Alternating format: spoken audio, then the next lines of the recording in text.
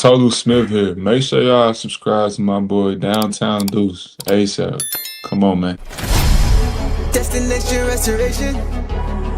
Destination restoration.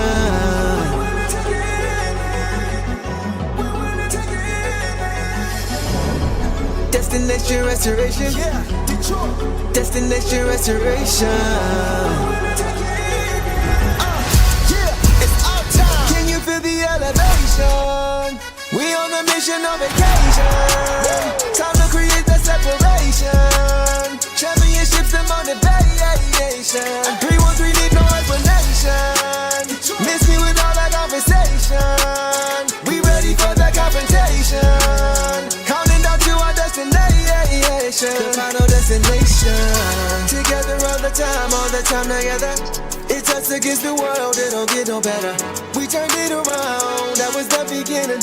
Coming for the crown, you know we winning. Time to put in the work, I'm about to go berserk. Taking our prisoners, it's my time. Yeah, I know that it hurts. Tearing back out the church, you don't wanna see me in my prime. The mission is to reach, we're caught in everything. In the city, supporting the dream. Vision new I never seen, we deserve to be king. It's all or nothing, no in between.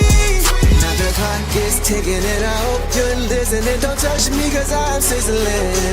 Physicality is tipping and mentality is menacing. The dog pound body's crippling. Now the clock is ticking and I hope you're listening. Don't touch me cause I'm sizzling. Physicality is tipping and mentality is menacing. The dog pound body's crippling. Feel the elevation. We on a mission on vacation. Time to create that separation. Championships and motivation. 313 need no explanation. Miss me with all that conversation. We ready for that confrontation. Counting down to our destination. The final destination.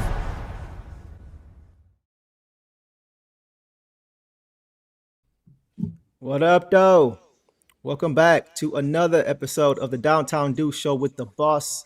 Hope everybody is having a great Tuesday night so far. We got the squad back, man. Eric Vincent, a.k.a. Vinny, who's clutch points reporter and writer for the Detroit Pistons, returns to the show. And, of course, Pistons creator, OG, Everything King is back in the building as well. And y'all know the boss. And I'm Downtown Deuce. And tonight we are talking All-Star Weekend takeaways, and we are also looking ahead to the second half of the season. But first off, how y'all feeling, man? What's the word? I'm good. I miss the Pistons. 2 more days. Eric, King, you over there smiling. What's going on, bro? You asked how I'm feeling. That's not the greatest let question. everybody know. Everybody know what's going on. I got the flu right now. So this is my flu game. Shout out to you, boss. But, like I said, just waiting for the Pistons to get back. Just, the All-Star Weekend for me personally was kind of disappointing that moment. So, yeah. Yeah. We appreciate you, being a trooper per usual, showing up and showing out. E, what's going on with you, dog? Life is good, man. I enjoyed All-Star Weekend a little more than I thought I would. I know we had talked about getting everybody together, so I think we'll have a good, set of topics to talk about. And, of course, having the All-Star crew, even if we not at 100%, it's good to be here talking with y'all, man. So I'm excited to be here for sure. Yeah, something going around again because, I'm already feeling myself losing my voice again, too. And I got 2 kids. So, King, I feel your pain, bro, for sure. Getting around that. Boston, E, y'all don't know about that yet. Y'all good. Y'all got a little time. I work with kids every day. You are a nanny, so you know what? That's very true. E, my bad, bro. I'm clear. I'm in the clear. Well, look, man, King, you mentioned it, bro. Let's talk All-Star Weekend first. Interesting weekend for sure. We had some highlights, some lowlights, a lot we could get to, but let's start with the Pistons first, man. We had Cade, JD, Coach Bickerstaff, all representing the Pistons, did a great job, in my opinion. They all had their moments in the games. Even Coach with his lineups in that final game, he was cooking. But guys, overall, were you happy with the way the Pistons were kind of represented by those 3 during All-Star Weekend? I'll kick it to you first, boss. What do you think? Yeah, absolutely. I think Cade and Duren had good minutes. Like last year, I just remember Cade barely playing, and it just kind of being very broken up. So I did like the format a lot better, and I think it helped with Cade and Duren. And I do think that we only won the first game because Cade came back in, even though he doesn't get that recognition. He helped that. I'd say the same for Jamal Murray on World. He was kind of their true point guard, helped keep things in control over there. But I do think that they were very represented. I would have liked to see JB on camera more. And did our assistant coaching staff also coach the Rising Stars? Was that true? I'm not sure. But I think that they were the coaching staff. Our assistant coaches were the coaching staff for the Rising Stars game. Jared Jack and them guys? Okay. Yeah, I just saw like Luke Walton in the pictures too. So yeah, absolutely, we were represented. And it's cool that the whole coaching staff gets to go too. Yeah, for sure. King, what you got, bro? Man, you know, like I said, overall, what the Pistons did was beautiful. You know what I'm saying? To see Coach Bickerstaff and his influence even in the All-Star game. It wasn't just with Cade Durr, it was with the whole squad over there.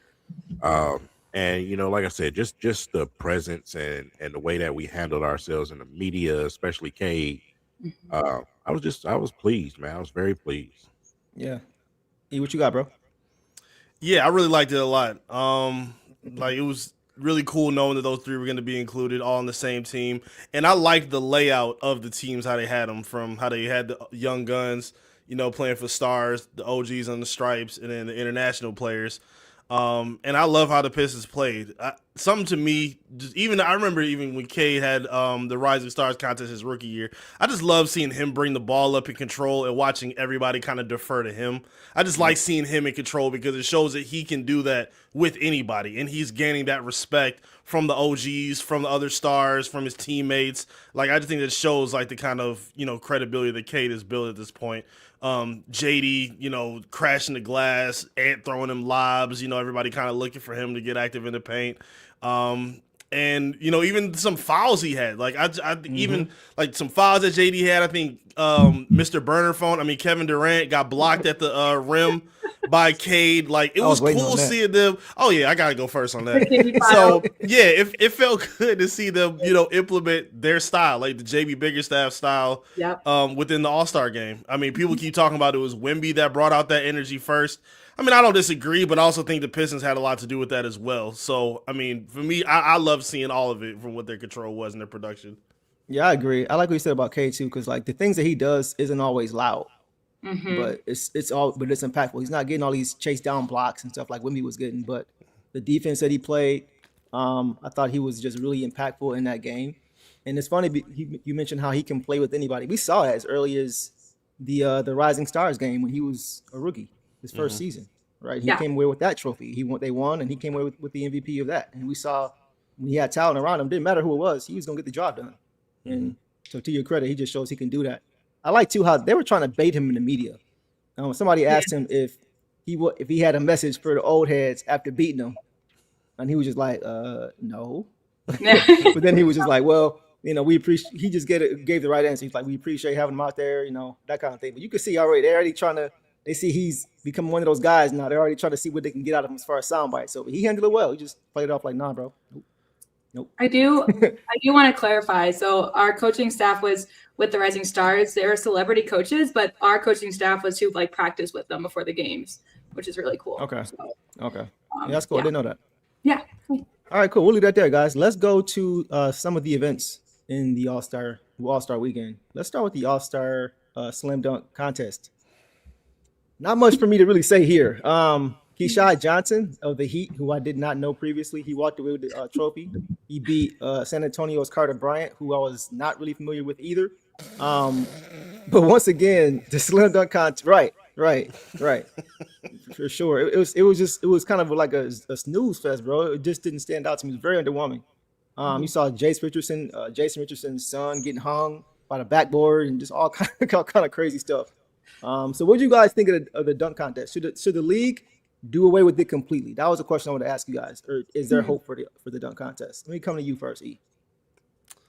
I think there is hope if the players want to do it. I'm not of the mindset of where people be like, oh, every dunk is done, so it's a wrap on it. I don't even think that's the case. I think you could have recycled dunks. I just think if the guys that people want to see are doing it, it's going to generate some buzz. And I just hate how I'll keep it a stack with you. I didn't watch it at all. I literally fell asleep after or whenever the dunk contest happened, I woke up. I popped up on Twitter, and the first highlight I saw from the dunk contest was dog banging his head on the side of the glass. I'm like, oh, okay. I didn't miss nothing. Okay, miss nothing. Cool. I didn't miss a damn thing.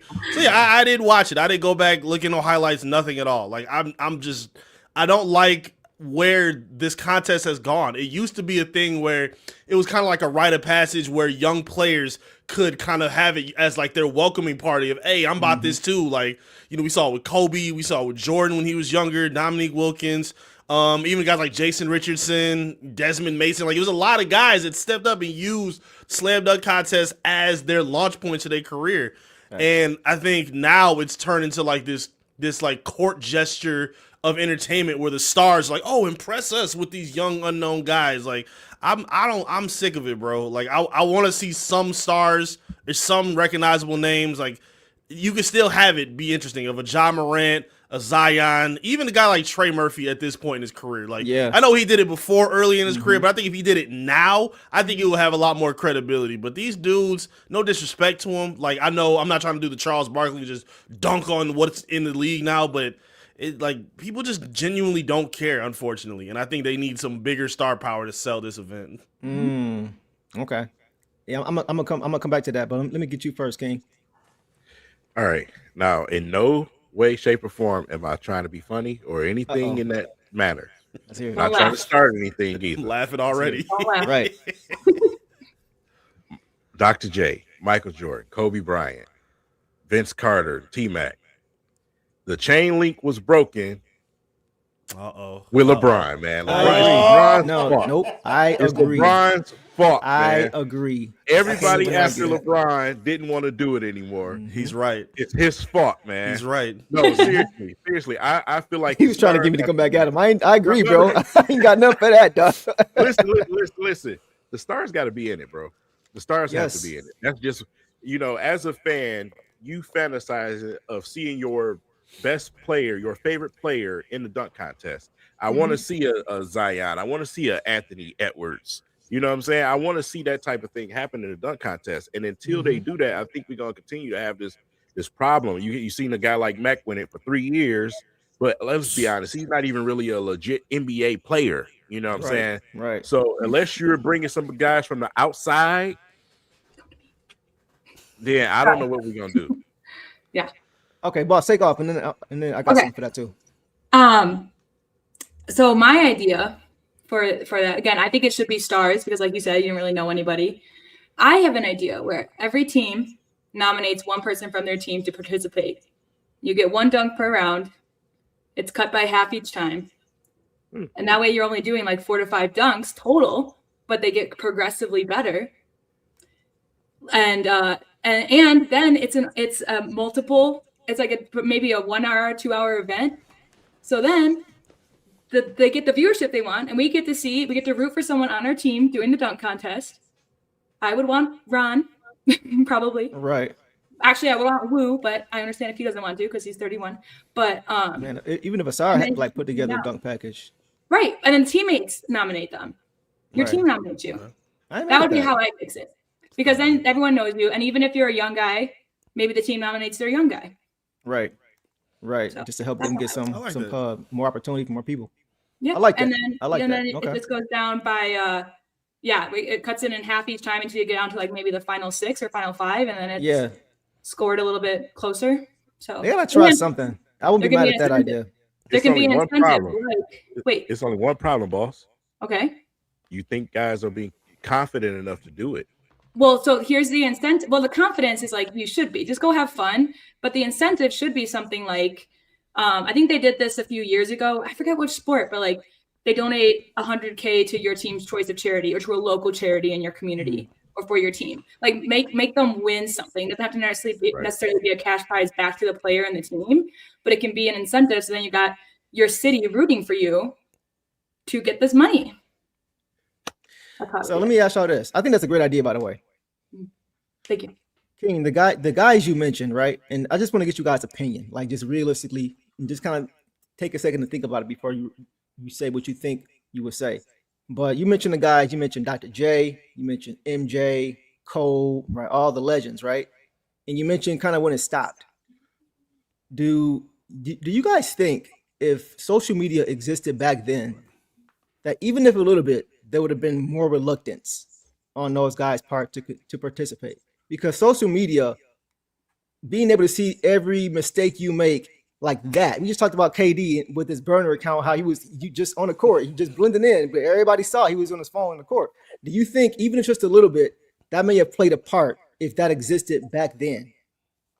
Possibly so. Me Just a personally, thought. Just thinking about it. Go ahead, King. me personally, I don't, because of the way that people were raised in those eras. LeBron comes from a sassy era where, you know, How you these gonna be guys. sassy? It is. I'm just be honest, man, because you look at it, for instance, just us here in Detroit, right? You look at it like a Barry Sanders, Calvin Johnson, father in a household, hardworking men, bricklayers, and everything else, right? LeBron don't come from that. You know, LeBron comes from a different type of era and different type of way where it's more about him. You know what I'm saying? Everything to me, when I look at LeBron, is about him. It's about his perception. It's about his persona. I think this is a personal thing with LeBron.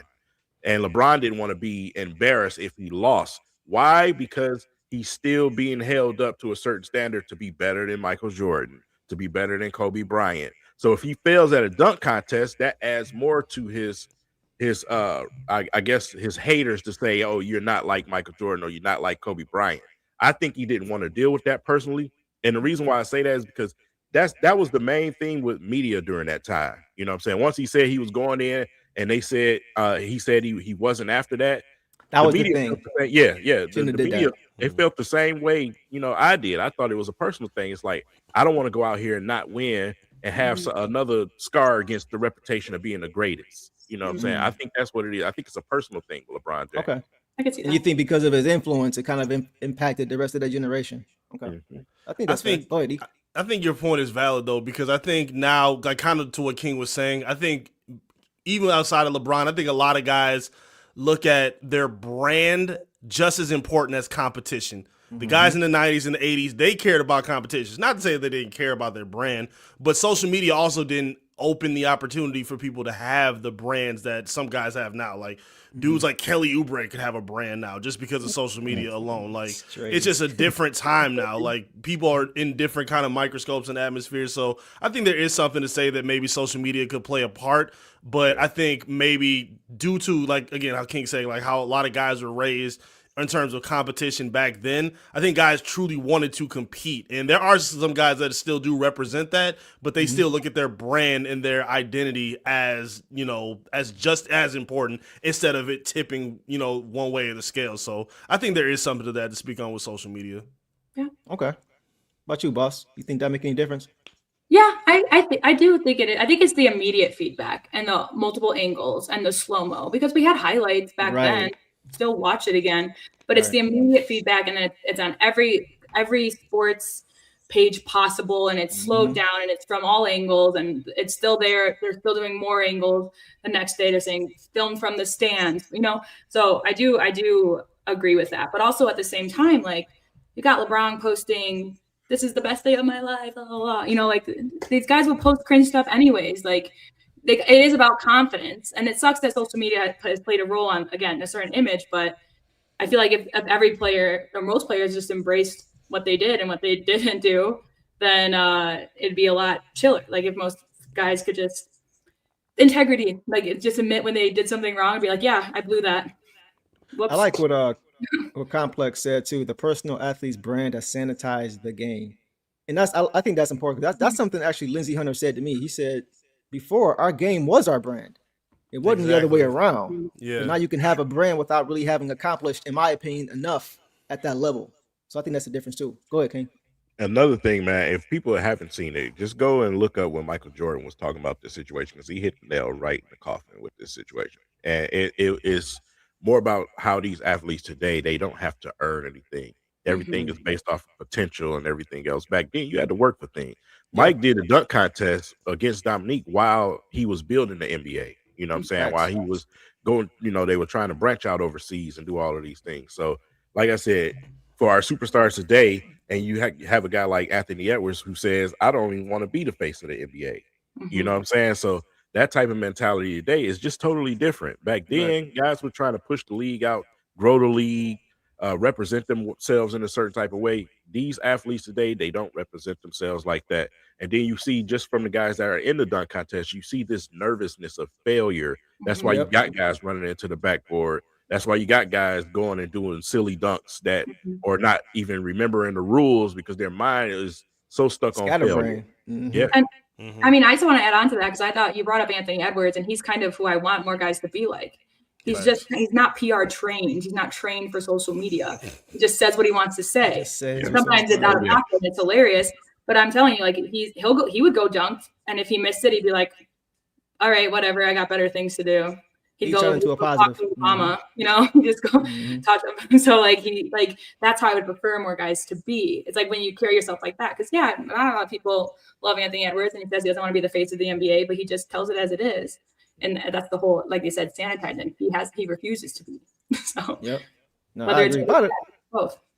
By the way, King, Dominique should have won that dunk contest, by the way. But I'm gonna leave that alone. Yeah, that was cheated. They cheated. They flat out cheated. That was home cooking. That's a fact. I'll agree with that. Man, okay. Man, that was crazy. Did y'all see Mac McClung's dunks that he did? Because he wasn't in dunk contest. But did you guys see the dunks he actually? Yep. He would have won again. He would have won his fourth dunk contest, bro. Those dunks were ridiculous. Bring somebody from the outside to go against us. Yeah, I said that too. Real interesting. Yeah, bring some of these viral dudes online who literally practice this stuff on the internet. Blue hair, I don't know his name, but you know what I'm talking about. I agree. Spike up their brand, have them somehow involved in these kind of things. Like they might as well. They doing it with the All-Star game and everything else. Exactly. I'm with you on that for sure. Okay, we'll leave that there. I just want to get you guys' thoughts on that. Let's talk 3-point shootout a little bit, man. This was my favorite outside of the All-Star game. This is my favorite event of All-Star weekend. Dame Lillard, man, who hasn't played a regular season game this year and probably won't for the rest of the year. He got off the figurative couch, transformed into Dame Dollar for about an hour, and walked away with that trophy for the third time. Man, what was you guys' reaction to the 3-point contest? Let me start with you, King. I feel like he had kind of an advantage, man. You know what I'm saying? Here's why. I'm gonna say this. Here's why. It probably might sound crazy, right? These dudes, they play. He ain't going up against a Steph Curry, first of all. But when you coming back and nursing from an injury, what are you in the gym doing all day long? You're shooting. You shoot 8,000 million trillion shots. And I just felt like it was just, it's the right opportunity for him. Okay. You know what I'm saying? I'm probably sure he was probably in the gym the day before, the day of. That's all you can do nursing that type of injury, man. So, I'm not no knock to him. It's still Dame, but I would like to see him go up against I need a Steph in this or somebody. Okay. I didn't like his competition. Okay. Boss, what you got? Yeah, the one I was rooting for was Jamal Murray, obviously, because I was too, I ain't gonna lie. Would have just been fun because he does tend to nail the threes in person. But even Jokic at the 3-point would have been funny. Some guys that throw random stuff. But I agree. I'm just happy Dame won. He was other than Maul, was who I wanted just to come out. But some competition would have been nice. Although it sounded like, because I didn't get to watch it, Bruce was keeping me a little bit updated. Like, I'm not surprised that Khan made it to the final three. And with Booker, I'm not surprised at that either, just that he missed his last few shots. But he should have won. We've seen guys do that too. So that's just, I guess, more of a mental thing, I would say. Although me and you were talking about during the live stream, this is when I feel like the ball has a magnet in it sometimes. Because it'd be like halfway down. Who's controlling this ball right now? But yeah, I'm okay with Dame winning for sure. I had Devin Booker as my prediction. It was cool seeing them go at it in the second round. Khan Knipp was a sniper. That boy got a thing on him. Yeah, nice. Yeah, the 3-point shootout is becoming the marquee event for Saturday. I think it kind of has been for a little while, to be honest, because that's the event that the players actually care about going to, giving it a shot at. And those names are recognizable, even if they're not stars. Like, Knippel was I think the one rookie. And then you got some other guys like Bobby Portis and who were the other veterans. Like outside of that, there was still stars D. and Mitchell guys. there. Yeah, D. Mitchell again, another star. Booker's a star. They had star names and people that you would care to pay attention to. Yeah. And I think Steph even actually commented to say he wanted to do it. I don't know if we'll see if they actually do it again. Hopefully, you don't do the build up and then flop out like LeBron did, because I do agree on that. I think LeBron's drop out of the dunk contest changed everything. So it helps to have these kind of names, because this is how you sell it. You can't sell it on names that people don't recognize, especially when the dunks are lackluster anyway, and they're taking 13 times to do it and doing fake goofy dances at the end trying to get the crowd like, bro, we don't know you, get off the floor. Like, do y'all remember Birdman? When Birdman did that for he was going 3 minutes trying to get one dunk. Bro, they were laughing at Nate him. Robinson. Yeah, Nate Robinson hyping the crowd. Come on, no, bro, we bored. You screwed it. Sorry, we done. I can't get into it, but I like where the 3-point contest is. I think they could even make it even more interesting with making it take a step further back with the logo now, because you see Distance getting creative with it. So there's a lot they can do with the stretch for the for the contest. What about? I want to. Oh, go ahead, boss. Go ahead. I have a quick question, because I liked Rip in the Shooting Stars.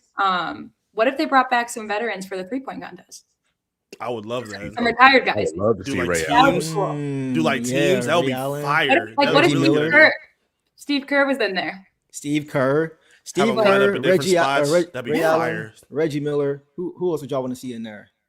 God, there's so many. Price back. Tim Legler, because he's still on TV. He won one. I bring back Peja Stojakovic. Asia, absolutely. Bring back Dirk. Mr. Big Shot. Paul Pierce, guys who won. Different scenarios. Mr. Big Shot. I know. Rashid. I'd bring back Sheed. Ooh, I want to watch Sheed. Sheed would do it too. Yeah, Sheed at his age, he wouldn't care. Yeah. He's I go left-handed too. Let's go. Exactly. Al Korver would be a good one. That'd be fire. That was a really They should good do idea. that. Find the champions from the last 20, 30 years. No, you got some great ideas, bro. You know what? Don't forget Kevin Love. Oh wait, no, he still plays. Bro, we talk about how long LeBron didn't play. He didn't been twice as long as him. It seemed sure. What? But no, I want to give you some credit, Kane, because you mentioned you talked about Steph Curry not being there, right? And that's kind of why you look at a game okay, you won, but what if, right? I want to give Steph Curry credit, because when he was on, I think he was getting interviewed before the contest. It was Vince, Carmelo, and T-Mac were talking to him. Yep. And he took a shot from up there and it made it from on the platform. It was 2 or 3 tries, but he made it ridiculous. Come on, bro. Each one was close too, except one of them. But I just want to give him credit, because we're talking about brands and stuff like that. They asked him all right, Steph, he didn't, Dame done got 3 of them things now. You gonna come back? They didn't know what he's gonna say. He was like, oh, I already got time off for it for next year. I'm already got it. I'm already good. And he said, we're gonna get Clay back. We're gonna have D Lillard. He was mentioning all the top guys. Yep. Devin Booker. So it's just he wants that. He wants to smoke. He's not worried about my brand or losing or doing anything like that. But I do think he has an advantage, because he is the best shooter ever created. So he probably knows, or is going in thinking, I'm not going to lose anyway. But I do want to still give him credit for still saying, he could have been nah, I already won. I ain't doing it no more. But he was nah, I'm coming back. We're doing this. We're getting the best guys to come do it. So I want to give Steph credit, because he has always kind of been like that. Ooh, we just made me think of a name. Go ahead, E. No, I was gonna say we really from that. No, yeah, actually, I want to hear what you say. What was the name? Oh, y'all was bringing back some of the dinosaurs. I was thinking about Abdul Rauf, man. He's still in shape for his old age. Is he still in shape? Yes. That wouldn't be bad. That can work out. Okay, I ain't like that either. Who can I email and tell them to watch? Yeah, we got to get you. We got to get you a contact. Somebody on Twitter, and we just gonna start a tagline, man. That's a good idea. Go ahead. I don't think a lot of people just understand. We come from the anytime, any day era, or anywhere. I remember when I was hooping and I was going against my homies down the street. It don't matter what we was playing. I'm trying to kick your behind in anything we do. It don't matter. Yeah. And now it's it's got to be the right time. I got to call my agent. It's got to be for the right money. All that. Just get out there and play. Just show that you are one of the best at what we do. This is the time to showcase that. This is not just people. Then they treating it like an event for them. I remember we used to see Shaq and KG, recording, guys on the sideline and whatnot, but there was still other stars. Vince Carter was still a star out there just going crazy. And now you just got these dudes that you wouldn't hang out with at the club if you saw. If you recognize the dude who won the dunk contest at the club that they was at that night, I guarantee you would recognize him unless he had the trophy in his hand. Yeah. Oh, hey, pal. You're that guy. Yeah, you're him. Come on, man. I just I respect a Steph, you hear when he talks trash, like he can be still kind of subtle, or even and Edwards, like you still see some of that, those traits in some of those guys who are just down for competition at any point. So we need a little bit more of that, especially to save a contest like the slam dunk contest. Yeah, because it needs saving for sure. So yeah, we can leave that there, guys. But boss, definitely we gonna get those ideas going for sure, because I like some of those for sure. Let's go to the actual All-Star game and talk about how much better, in my opinion, that has been in a long time. And I think that the fan base would agree that this was a breath of fresh air across the board, because we saw the highest viewership this year than we've had in 15 years. 8.8 million viewers compared to 4.7 last year. So guys, chime in. What are you guys' thoughts on the All-Star game, the format, the 3-team format, just the overall product? What did you guys think about what you guys saw? I'll come to you first this time, E. Okay. I like the teams and how the layout was. There's one thing that really just made me so happy. And I like some of the players that played on this team, but it made me really happy to see the international team get their ass kicked. Yeah. I loved it. I absolutely loved it. And I wish those other two, I wish that Luka and Jokic could have played. Sarah, you might want to cover your ears for a minute. No, it's okay. I'm in your boat. They're phenomenal basketball players. But we are also in an all-star game where, again, you're not just showcasing your basketball skills, but your athleticism as well. Those two dudes don't get up the court well. They don't move well. They're not super athletes at all. And I like that there was effort and athleticism on both ends from all three of the teams, whether it was Wemby getting up the floor, the young guys get up the floor, Kawhi getting up the floor going crazy, LeBron still showing he can get up and dunk. Like, I love seeing that. And I'm tired. I get tired. I be a hater sometimes hearing a lot of the pub. Like, even KD kind of went in on it, but we're not going to respect a lot that he's saying right now. But I like hearing the pub that he gave with talking about the effort of Jokic and Luka when they get in there. Because a lot of their games, with how they play, like, yeah, they do a lot of the chuck, not really Jokic, but Luka more so with the chucking of the threes and moving up slow like molasses. Like, your games are not suited for this. So Jokic throws it up the floor. Yeah, and for his full court lob. Yeah, he doesn't want to run it up. Yeah, this is get rid of it and take his time. Yeah, this is more so for Luka. I ain't gonna hold you. This is like 80 Luka, 20 Jokic, because I've still seen Jokic give some effort defensively and then take some steps when they need it most. Luka just get on my nerves with how he plays, bro. And it made me happy to see that they could celebrate, and you saw the young guys who were given the majority of the effort in these games be the ones to kind of come out. Again, with Dern going for offensive rebounds, going for block shots, pushing the ball up the floor, getting other guys involved. Like, I loved seeing that effort from them, because those are the most deserving guys to win. I didn't think the OGs were going to have enough to carry. After that last game, they were clearly gassed, showing that blowout. So I'm liking how everything kind of played out with that, to be honest. By the way, if y'all were wondering why Luka's catching straight, just because Eric is sick and tired of seeing Luka above Cade, as we all are on the MVP race every single week. Just had to throw it out there. Go ahead, Done with it. So here's my thing. Okay, the format was much better than it's been. The effort in the play, like I said, starting with Wemby, Cade, Duran, Bickerstaff had that team playing defense. That was beautiful. I love to see it. Him and Anthony Edwards, watching them two on the court was beautiful together. Yep. Kawhi Leonard, absolutely out of his mind this entire season. My goodness. Bro. But here's where the problem lays. It starts right there. The waiting period drives me nuts. Yeah. The waiting period in between is like a disadvantage for some. Yeah. Because that's why you've seen LeBron and Kawhi, those guys get, beat down at the end, man, because they had to wait for the other team to come out and warm up and do all of this. Once they sit down for that long, it's over with. You know what I'm saying? You had a guy in Kawhi who was untouchable, and his flame totally went out.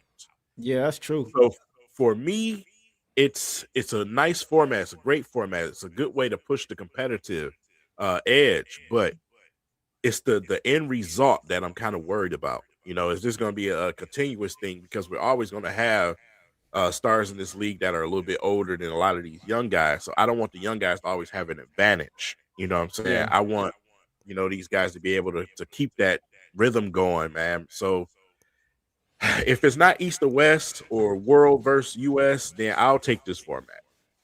Okay. Got you. Got you. What about you, boss? Yeah, I like this format. I think even if it does go back to East versus West, I feel like it'll be like East, West, and I don't know, some other team. But I think it should go back to draft. I would like to see that. Again, with the captain's draft or something. Because I agree. I think just like the old heads versus the new guys it's not a sustainable one. Yeah, they beat us. We talked about it in the second game. Like they went out there and showed why they're still considered greats in this league. 7, 8, 9 years still in it, more. But yeah, I didn't love that. I love that we won. The world, I do agree. I know Luka and Jokic were technically both on minutes restriction. Jokic has been on minutes restriction here, but it doesn't matter. Like the last game they had, they said that he was going to play under 30 minutes, and he ended up playing 45 in overtime. Like so he could have played more. I was disappointed in that. If I was a diehard Nuggets fan, I would be disappointed for sure. And Luka Luka annoys me. He was out there barely trying, and then he was complaining. I was like, you're complaining to the refs 3 minutes into an All-Star game? Yep. Come on. Muscle memory. So it's frustrating. I felt frustrated for Wemby because I think, like I said, I do think he really set the tone and he was really trying. And you could tell that he's frustrated. I think he's looking forward to our game against them next week because he really enjoys players that play real basketball. You could say that about anyone on our team. But yeah, the format was super exciting. It kept me in it. I do agree that there needs to be something like maybe the winners rest or everyone gets the same amount of rest between games. I don't know. That's why if it was I was thinking about 4-team tournament too.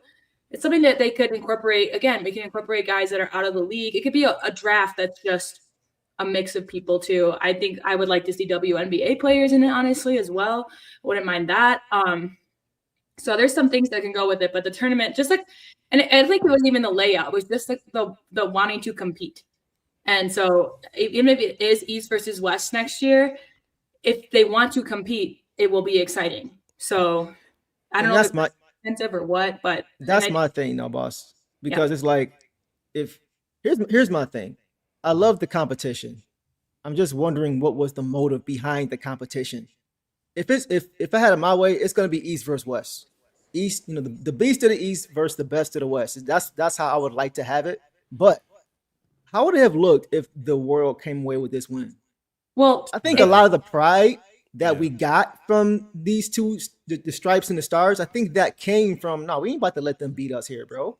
And I think that's kind of like they don't dislike each other, but they don't love each other. Like there's definitely two sides of the coin when it comes to talent and who's the best in the world and these different things. And I felt like the stripes and the stars wanted to show like we're the best. The best players are still here. We're not gonna. They're hearing to talk about the Olympics in 2028 and how the talent's catching up. They hear all these. This is kind of like a precursor to that a little bit. We saw that. So it's just like I just worry about what will happen to the competition if they go back to East versus West, because now you got all the U.S. guys who are friends and it's all mixed up again. I don't know if that same motivation will be there because of who they're playing against. So I just want to say real quick, I do agree with you there. That's a really good point. Actually, one that I hadn't thought about. But I think it was like Wemby set the tone. And so if you were caught slacking, that was more noticeable. I love that. It was more cringe to be like slacking, like we're talking about right now with Luka and Jokic. That was more like ew than it was to like actually try. Yeah. And I do think that JB emphasizing defense helped too. I think the defense and the trying. So it's also just, I think if you have guys like Cade in the East because I think Cade wants to play and Durant want to play. If you have those kind of guys, and you have guys like Wemby that want to play in the West, like if you have guys that are going against each other that want to compete, then they're going to set that tone, and then it gets exciting. And then also, I thought that they could just again bring in some kind of incentive. They don't need more money for themselves, I don't think, but like something that would benefit them, whether it's that maybe benefit their team, like I said, benefit their communities. Just do something that they could spin some really positive PR off of would also be, I think, really good motivation. Yeah, something. Yeah, as long as the motivation is still there, because unfortunately JB can't coach every year, so the defense might not be there every year. Right. And if Wemby's on the Western squad and they win, it's like, all right, well, the West squad beat us, whatever. It's just, I don't know. I just worry about the motivation. I think your points are well taken. I just hope they can sustain the competition level. Hopefully guys like Wemby and like Ant-Man and like Cade and JD can encourage that. But I hope so. I'm holding out hope that it's going to sustain after this if this format changes. Go ahead, E. Yeah. One thing I always appreciate about the All-Star game, and I think now more than ever, even with the competition, lately not being as great as it has been, something I've always appreciated about it is like looking at the era of basketball now. People always talk about numbers don't lie. Numbers can lie a little bit. Numbers can make your game look a lot more better than it actually is.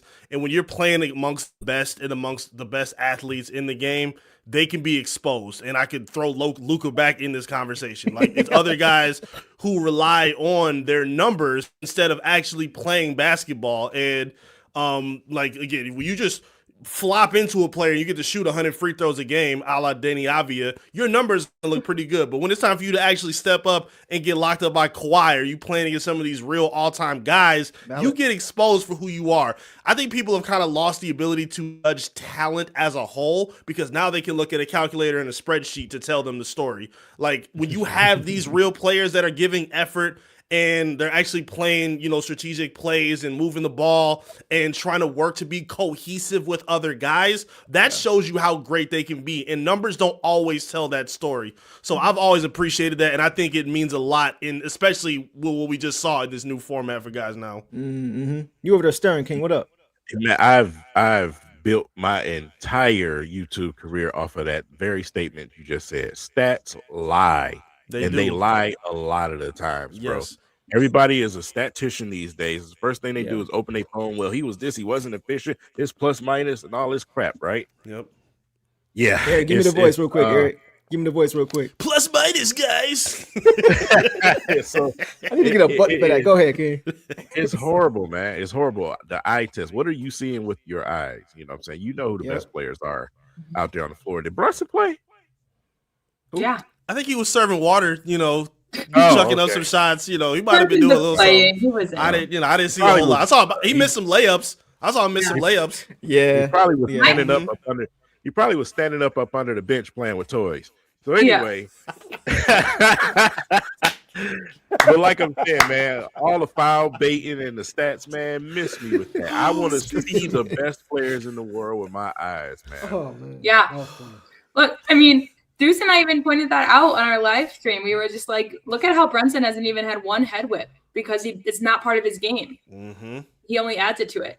And we also talked about just some things, that I was thinking of is how Dalen Brown called himself the best two-way player. And I saw no defense from him. No. So just more chuck ups. And even though Ant was MVP and he did win us the games, I was getting frustrated with him. He was where the ball went to die. It's like, bro, of everything. Yeah. But I mean, I did enjoy it, and I enjoyed it was on our team. I have a question for you guys. Who was your favorite non-Piston that we played with? Scotty Barnes. Mine's Tyrese Maxey. Scotty Barnes. Maxey at Edwards. Okay, I ain't mad. Real quick, everybody. What's Eric? What y'all? You go ahead. E. Yeah, I think I would go with Maxey as well. I love seeing his burst and the energy he played with.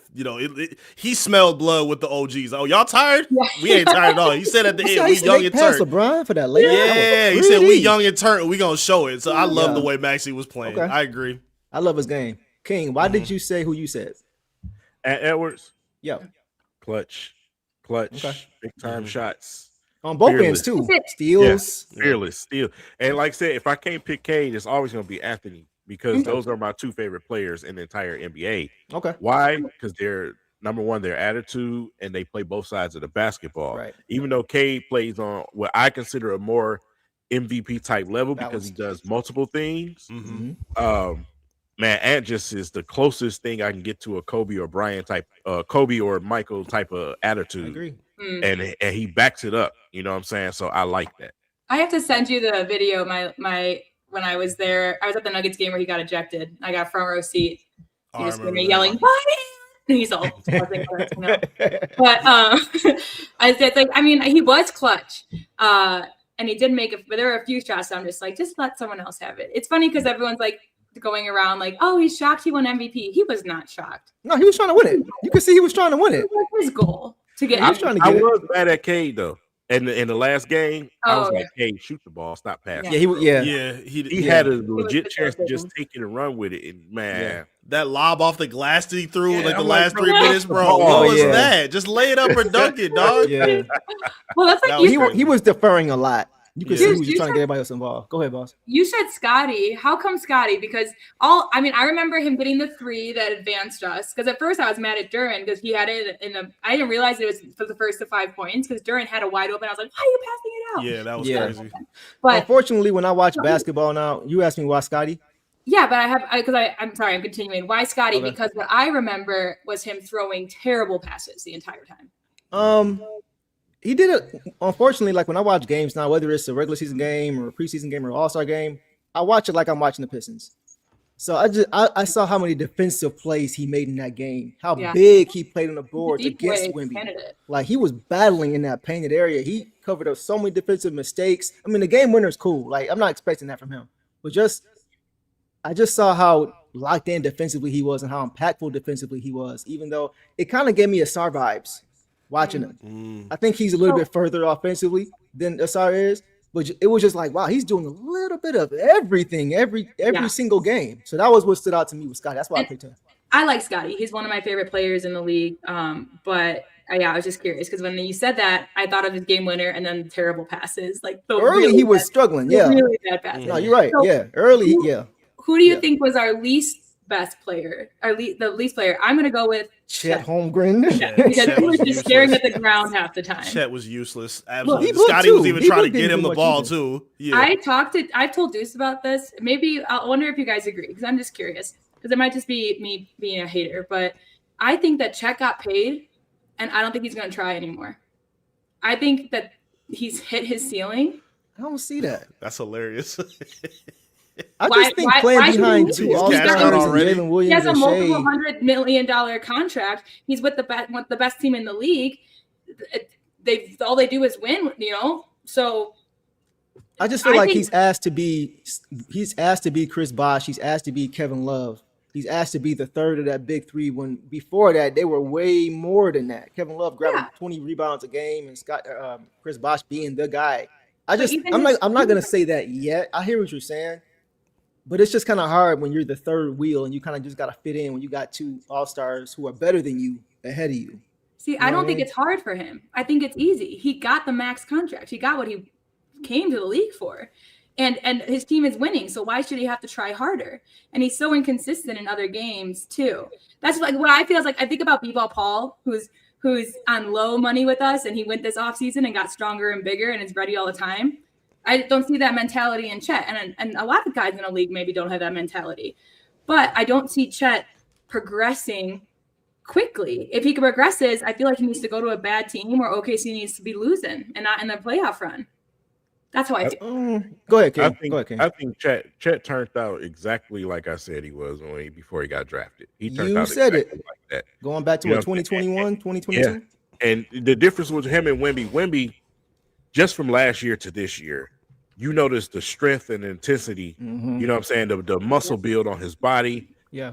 This type of thing, when you have that type of height and frame, it's a mentality thing. Mhm. You've seen guys, come in all the time, and they're super tall, skinny, but they don't have the work ethic, man, to put the work in and build their body and work on their game and to fully become that. And I just don't think that Chet is obviously good enough to be a star player in this league, but the player that a lot of people thought he was going to be this universal player, I agree. I never thought that when I saw him. Do you think the expectation level was too high for him, and that's kind of why he's underwhelming, possibly? I think it is, man. I think it is. I always saw him as the wimpy kid, you know what I'm saying, that uses his height to his advantage, and he just uses his length, you know what I'm saying? I never saw him putting on pounds and getting strong and becoming a dominant force. I never saw that with him when he got drafted. Got you. I think that's fair. Go ahead, E. Yeah, I think he's just in the most advantageous position where he doesn't have to. If you got Shai Gilgeous-Alexander, you're not going to have to be, that number one guy really on most consistent nights. Shai's going to be the one carrying the water. Jay Will has shown that he can, be that one of those guys too, even though he's been kind of up and down this season. He has been this year, yeah. It's really been, of all those teams that were like kind of that range from like the Spurs, the Pistons, OKC and then like the Rockets. Yep. Like OKC kind of pan out the best with how they fit a lot of their pieces. Like if Chet had to go play with like let's say he was with the Rockets, I think his career right now will be panning out totally different right now. I think he's in a perfect position where he can just play good defense, knock down shots when they need him on occasion, but he's not going to be the guy that they have to go to consistently to like build their offense around or be a focal point player. So I don't know if it's a case of whether he has it or not. And Sarah, you could be right too. We've seen money change a lot of people. They say money don't change you. Money can change a lot of people. It can change your hunger. It can change your desire in the league, especially when you're coming off a ring as well. So who knows? Maybe he has other goals, but like you said, there could be that satisfaction already. But I guess we'll see how it plays out with the season and the rest of his career. So, if you swap out Chet with Şengün, you think his career could look different if he had a bigger role? Yeah. Is that what you're kind of saying? Kind of, and I think they both kind of in that same situation because I think Şengün is kind of overrated. I like him as a player, but he's not a guy that you can build a team around offensively, and he don't play no defense at all. Exactly. That's what I was saying. Yeah, as soon as he got on the floor, bro, they started losing. Like that was bad for the international team. According to the KD files, he can't shoot either. So, bro, I still haven't even seen that. Like, boss sent me so fun. I was. So crying, I just want to say real quick, I low-key honestly feel bad for him because this is his vent session. I think he should have a safe space to vent whatever you want. I don't want any of my group chats leaked. No way. Bro, all his OVO. They're also hilarious. If the only thing, go ahead, King. Go ahead, King. No, I said if I'm those guys, especially like Şengün, this is G League mentality to me. I want to put my name in everybody's household during this situation. So I'm finna go out here and I'm doing hood rat things with my friends. You know what I'm saying? That's what's gonna happen. Yeah. And man, these dudes they just dissipated. I'm like, what is this? Like, they weren't even trying. I didn't even know he was out there until somebody said his name on TV. I'm like, Şengün is out there? Right. Just straight loss. I think some of the basketball stuff, I'm not gonna like. If these tweets do come back into their KD, some of the basketball takes we heard, I'm not gonna kill him for.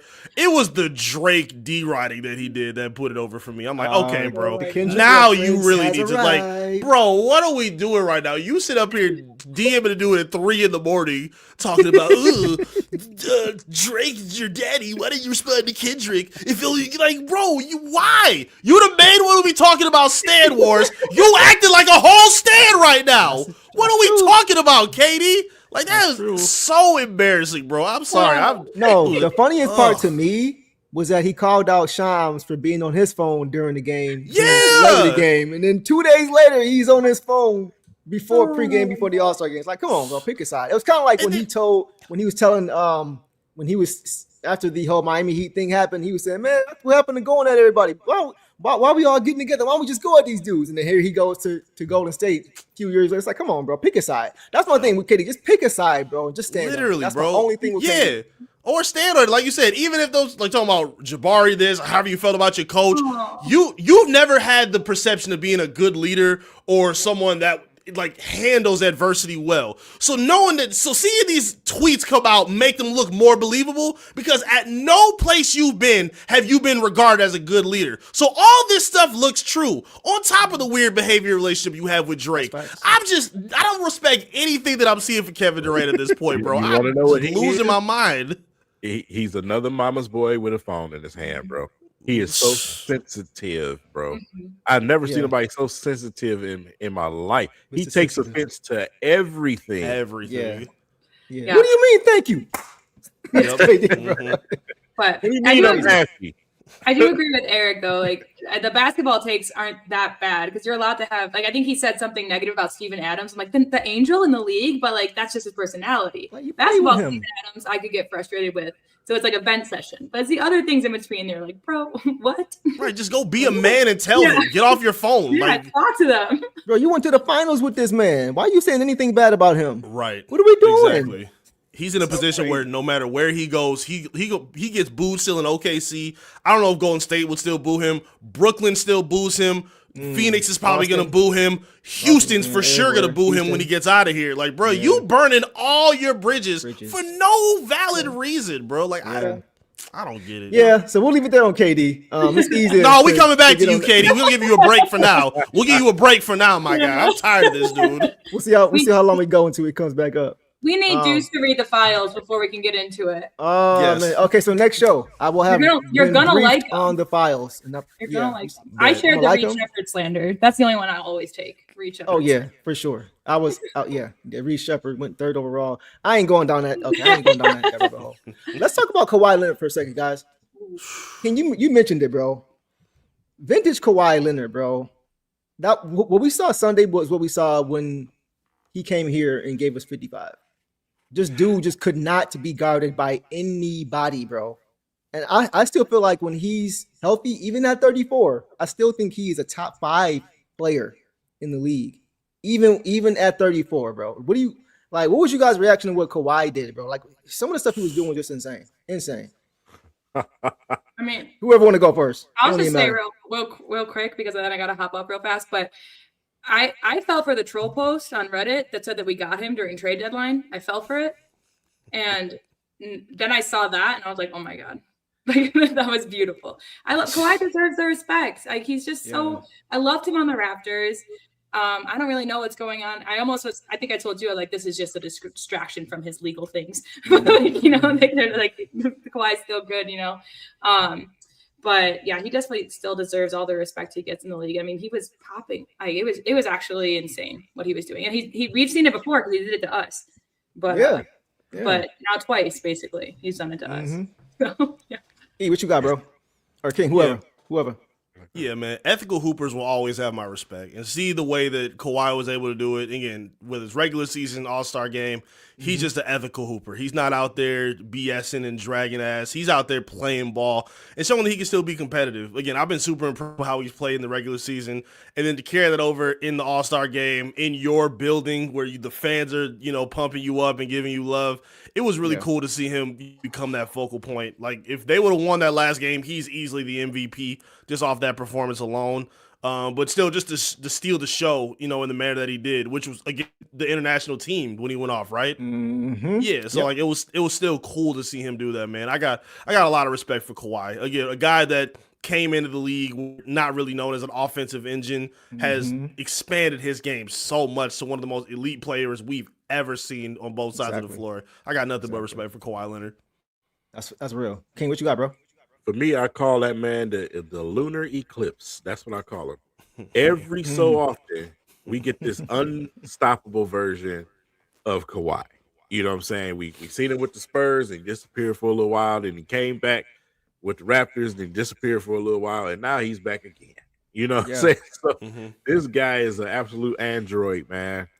He's been unstoppable this season. I hope he keep going. They still ain't gonna win nothing, but I hope I hope he keep going. It's crazy. He's doing this and like he's having one of his career best years in the year when they're not going anywhere, bro. It's crazy. Let me ask you guys a question in that same vein. I was thinking about it earlier today.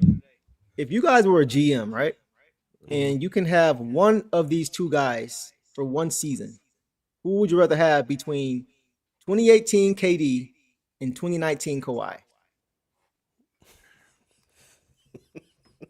I'm biased right now, so I can't even give KD no real consideration. I'll take Kawhi right now. I got to take the two-way guy too. Yeah, I'll take the guy that I don't have to worry about picking up his phone, talking about what my team didn't do instead of just having a conversation in the locker room. 2018, no. Was he probably had burners then too. We don't know. He could have been the OG burner phone at this point. We have no idea. I'll take Kawhi. I'll take the silent assassin. He's that for years, though. For years. Oh, that's crazy, bro. Look, that's true. Because of how we are, like we just talked about it. He has no, like, he's burning bridges. No team chem. And that's all we are right now. Team chemistry. So if I had to have them, it would be Kawhi. I agree. King, you said it, two-way ability. Like, not to say that, because KD in his prime, before the Achilles injury, he was a good defender, but he wasn't a clamper. He wasn't a clamper, right? Right, exactly. He rim protector, but he was never a clamper like Kawhi can probably guard 1 through 4 easily, you know, especially in today's NBA. So I just want to get you guys' thoughts. I actually put a poll up on that. And the chat says 2019 Klaw 80% and 2018 KD 20%. So okay, one more question for y'all, and then we'll keep it moving. Who do you guys think has the best mid-range game today between Shai, KD, and Klaw? best Yeah. mid-range game. KD and Klaw. Oof. Yeah, I'm gonna go with DeMar DeRozan. he's not a candidate. I'm gonna go with KD on that one. Okay. It's automatic. Yeah. Okay. Even if you don't like him or not, come Yeah. on, bro. It's KD. You can't Yeah. stop it. Okay. Can't. What you think, E? I don't know. I think at this point, even though KD's length has shown that he can shoot over the top of anybody, but I did just see him get blocked by Cade. I think Shai does a good job of creating space and living in that with his handle and getting to that mid range. I think I'll say Shai for right now, but it's you're not missing with either of those three. But I think I would probably take Shai if I were to take a pick. Yeah, it's one of those questions where there is a wrong answer. I just want to give you guys thought because I was thinking about it today. Me personally, I'm gonna take Kawhi. I'm gonna take Kawhi. And here's why. It took like by the skin of his teeth. I'm taking Kawhi. You see guys get hot. We've seen KD get hot. We've seen Shai get. All these guys get hot. But for some, even DeMar, some of these guys though, you'll see like when they hit it a few in a row, you'll get a couple swishes, and then a rim in, and then a rattler or something like that, right? Mm-hmm. But Kawhi, bro, when he's in that zone, I've seen him make 4 or 5 or 6 straight, and the net doesn't move. The ball goes through the same way every time. It comes right back to you every time. So, like, I just think Kawhi has the ability between all those guys just to, when he's hot, to stay hot just a little bit longer, to stay in that zone just a little bit longer for a sustained period of time. For me, I've just seen him do it where it's like you're scared. It's like Tom Brady with 2 minutes to go. It's like, like he's about to come down. He's about to score. I think Kawhi has the best footwork out of those three. I think KD just has an unstoppable reach.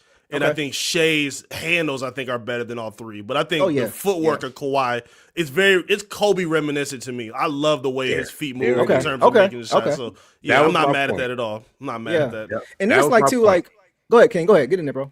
No, that was my point. I was going to bring up. The work with Kobe is evident. It's very evident with Kawhi. And like with Kawhi, with KD, we've seen guys like get physical with him at times and bump. Like we saw him against the Celtics when he was with Brooklyn. Like when they got swept, like guys were getting physical. JB getting physical. Tatum getting physical, bumping him off a spot. So just a question I wanted to ask you, but I think I'll take Kawhi in that one. Go ahead. I say it all the time. I wish Kobe was still alive because again, based on footwork, based on work ethic, I think if anybody of this new guard that Kobe would love to work with, it's Cade Cunningham. I think Cade would just be so perfect in that Kobe system. Cade had footwork in college, bro, and like even like the raw ability in high school. Having Kobe being able to bless that and show him a couple different things, like I love that Melo wants to work with him, but if it was Kobe in his ear, man, K will be untouchable, bro. I'm glad you said that because one thing that I wouldn't mind Melo doing it either. One thing that I think Kobe would bring to him in a Michael, Kobe, Carmelo type of way, you would see K using less steps to get into his shot. Yeah, 1-2 shot, 1-2-3 shot. You know what I'm saying? So. I mean, just he's already a smooth guy, but man, the footwork and getting into those shots, getting in the spots, learning how to read what type of defense guys got on you, man, that would take him to the next level. Absolutely agree. That's true, man. Rest in peace to Bean, man. Still to this day, don't seem real to me for sure. No. All right, that's a great point, guys. Let's move it on along, man. We talked All-Star for a little bit. Let's go ahead and talk about our Detroit Pistons and the second half of the season. So let's start with early season predictions. I want to do something a little different where we look at our predictions from the season and we go 1 for 1 where we were right and where we were wrong. And I have some of both. So we talked about it a little bit earlier, guys. Hopefully y'all had a chance to kind of think on it a little bit. But let me start with you, boss. Do you have any predictions from the beginning of the season to where you're like, okay, I hit on that one for sure. That one played out. And then you have one where you're like, maybe not so much. What do you think? Yeah, I have 2. So the one that didn't hit out was that I thought that we would win 48 games. Okay. We're on pace to win much more. Okay. The one that I hit was that I said we'd be better than the Knicks. No one believed me. No one believed me. I was like, they're going through a new system. They have a new coach. They're getting older. They're still getting used to things. And so that feels good. And I know we're not much better, but I know that a lot of people had us like what they had, the Cavs, the Celtics, the Knicks, and the Magic, the Hawks, and even the Hawks above us, and I saw the Cavs being above us, which also didn't play out. Obviously, it would have been number one. But when I think I was on actually like a Pistons Jack post game show talking about it, and the comments just came for me. Like they thought that I was just like, no way are we like gonna be better than the Knicks? Like no way. So that one just feels really good because I kind of just saw how, and I don't think the Knicks and Boston are kind of fighting for 2 right now, and I think it'll be Boston. I think Knicks dropped to 3 or 4. Boss. It's funny because now they're saying, you know, Brunson has more of a load to carry than Cade does. Last year's we wasn't good enough, and that was a fluke. And now this year is, you know, Brunson has more to carry than Cade. And How do you fix your lips? How do you get from one place to the other, right? Yeah. I have to also, just because I got into it with someone on Reddit today, a Knicks fan. I like to do it on Reddit because everyone's anonymous. I don't know how you guys do it on Twitter, but I got into it. And it was just the same kind of thing. Like, I have this question, just it's Knicks and Pistons related.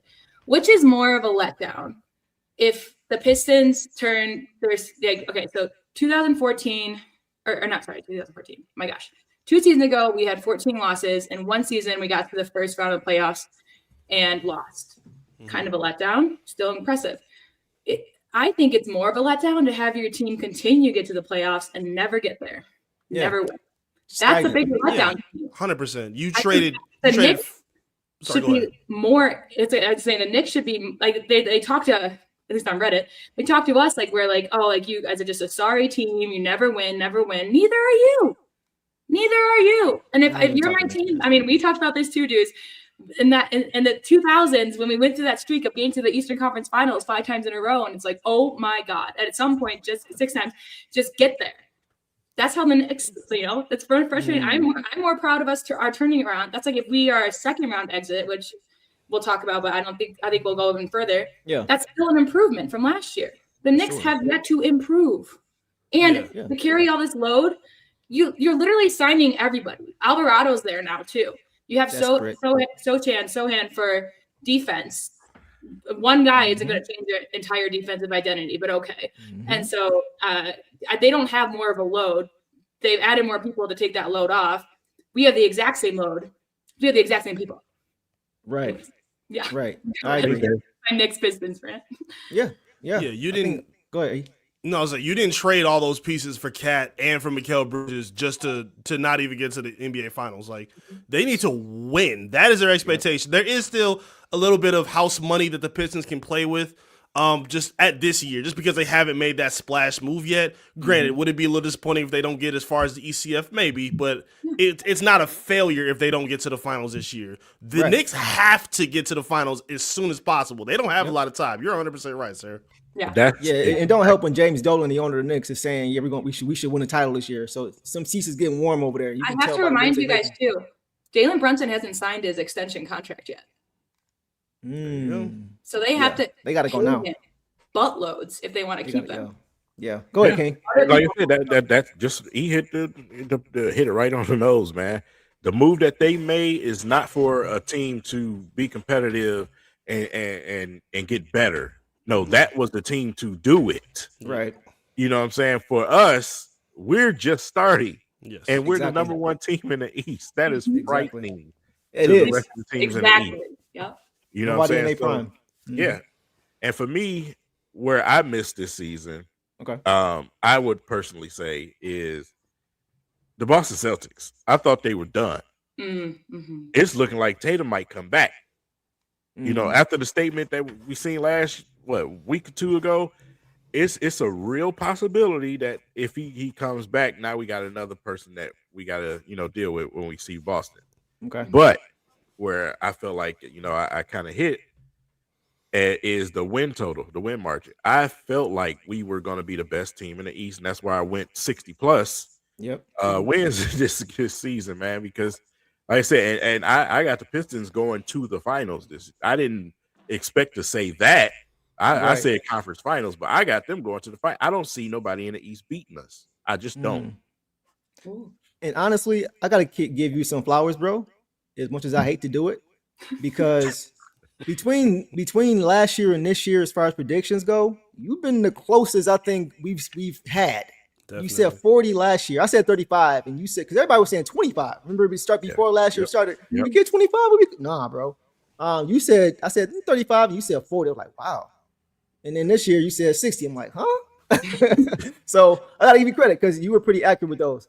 Ed, let me hear what yours were as far as your right and your wrong, bro.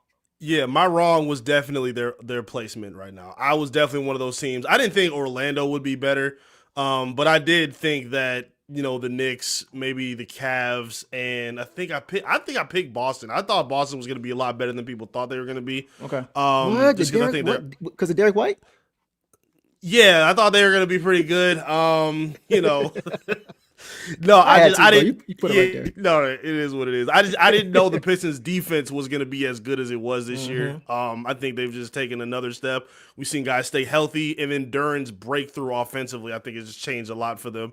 My right was Cade Cunningham's MVP push. Like people thought, oh, he can maybe teeter around and maybe be around 5 or be around. Nah, Cade has an argument as the number 1 candidate for MVP right now. That's all Homer aside. Yes, my Charlotte take played out well. We'll see where they finish out. I don't know how. I can say 2. All right, yeah. So Cade will be 1, and then the Charlotte Hornets. I thought Charlotte was going to be a lot better than people thought. I think the East at the bottom was going to be a lot more competitive, and I thought Charlotte was going to be one of those teams if they stayed healthy. You see LaMelo a little bit more healthy. Brandon Miller playing way better basketball. He has his whole career. Knipple, coming out being a plus for them. The big man, Diamante. Diamante as well. I got a lot of respect for what they've done with that team, and they're right where I thought they're going to be at this time. So those are my 2. I'm pretty, I'm okay with those 2. Okay, I have 2 as well. I'll make them quick. I'm gonna start with the wrong. I thought Jaden Ivey was still gonna be in the scene, and I thought he was gonna be an all-star level player this year. Right? I'm not alone in that, obviously, but I said it a lot, so I'm gonna call myself out, right? When I'm not right. Of course, there are circumstances that I think played a part as far as the injury and the timing and the trajectory. Trajan Lennon said that they just didn't have time to wait. That's really what he said in his interview with 97 won a ticket, right? He just didn't align time-wise. So that was one of my wrongs. My other wrong was Bobby Klintman being a part of the rotation this year. I thought he was going to be the backup 4 at the start of the year, and I was just hoping to see some dog in him kind of display and be rubbed off from the other apples that were with him. But the skill is there. We see the skill is there, but it's just, a coach, you ain't going to play if you ain't playing no defense, bro. So that was my other wrong. As far as my 2 that I hit on, Dennis Jenkins, obviously. Like I had a feeling he was going to be, I was confident he was going to be an NBA player. I just saw him in Summer League 2 years ago. I'm like, bro, this dude he's going to be, please keep him here, Trajan. Thank you for the invite, and I bring him in, right? And he got him signed, and he's showing out. He's doing a lot of what Schroeder did last year. So that's 1. And then for 2, Jalen Duren. Like how you called out Charlotte beginning of the year, you called out Cade beginning of the year. I said JD was going to be all-star beginning of the year. He did. Right? That was a good one. And last year, I was even saying he was kind of the hidden gem of the NBA that nobody really knew about because he was just so raw, right? So it's just nice to see him really doing this thing. So those are my 2 and 2. Go ahead, go ahead, King. This might not be popular amongst everybody, but let's hear it. I did say something about Asar. What'd you say? I said Asar was going to be the player that he is. Right now, I didn't see him improving into this type of player. As far as the jump shot and all that stuff? Okay. Yeah. I mean, you even said that. I remember that.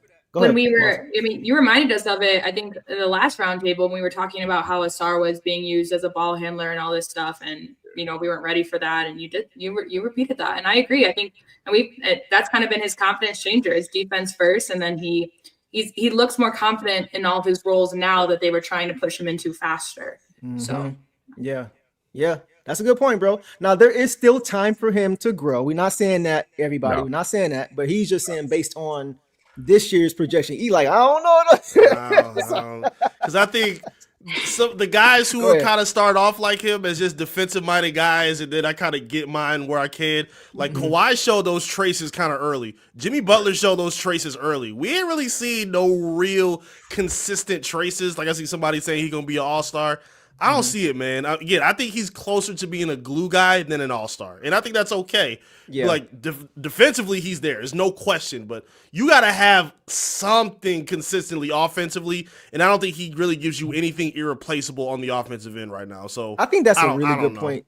that you made, because you always saw flashes with those guys. When Jimmy was with Bulls, you saw, oh, Jimmy, I didn't know you had that to your bag. It was Kawhi in his first. I didn't know you had that to you. Even Jaylen Brown, when he was a defensive guy when he came in, pick four, it was saying that's too high. Even then, you like, oh, he got a nice little jump shot. So it was always signs. So I hear what you're saying, because you're not seeing those things. You haven't really seen those flashes where it's like, okay, maybe really be something there. Defensively, you already know three. But in year three, but offensively, you're like, so I feel you on that. I feel you on that. To me, it was always going to be the plateau for me. Like I said, it was going to be a defensive guy with maybe you become a competent Ron Artest type of shooter down the line in your career. That's where I always had it for Ausar. Now, as far as the Kawhi, Jimmy Butler, Jaylen Brown, not that level, but as far as being able to transform and evolve your game offensively, Ron Holland. I do see him possibly making that kind of a jump. Maybe not to that level, but maybe close to a Jimmy, something like that. More athleticism, but just adding things to his bag here and there. Great defensive player to start your career, and then being asked to do more things and show. I think he has the ability offensively to be able to do some of those things. Go ahead, boss. We talked about it a little bit. I'm seeing like how we said Ausar might need more time to progress these things. I think Ron can pick up some skills a little faster than Ausar can. Nothing against Ausar, but that's just what I've seen from Ron.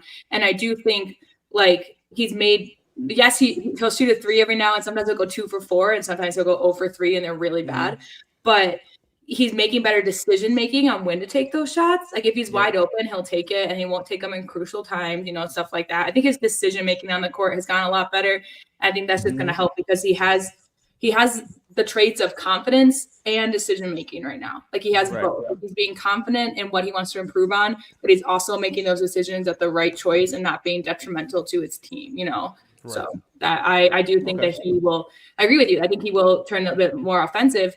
I think his line to improve some areas that he wants to work on is just going to get there a little bit faster. Where Ausar's I think Ausar's will come, and Ron will just take on the challenge and know when to call it quits or when he thinks it's working for him, sort of thing. Yeah. And as far as Ausar, I'm seeing some comments, Kenyatta saying, well, Dennis Rodman was an all-star, Ben Wallace was an all-star. I'm not saying he's never going to be an all-star. The game has changed too, though. Like it's definitely more of an offensive game. The Pistons have to win the finals, and he has to become a favorite for that to happen. Because Ben became a favorite because the Pistons were winning. Yeah, right. You know what I'm saying? He was Defensive Player of the Year, and all of these things. Yeah. It's certain accolades he's going to have to get, and the Pistons are going to have to be that household team. It reminds me of Dyson Daniels. Dyson Daniels has been a Defensive Player of the Year as well, but he might not make it as an all-star either. But he's still a great defender who can have an offensive bag. Yeah, that's kind of how I see Ausar. Is that if Ausar can be like a Jaden McDaniels, for Minnesota, a really good defender who has some offensive consistency. He's got the Middy. He can knock down the open 3, something like that. I think if he can just do something consistently offensively and still be the dog that he is defensively, I will be okay with that. Yeah, and just give us something consistently. Go ahead. Yeah, and we gotta see that soon, because right now, and it might be disrespect, but I think he's closer to an Andre Roberson at this point, because his flaws are so glaring, and it's not again, confidence is the first key to show that the progress is there, and we're not even seeing that with him right now.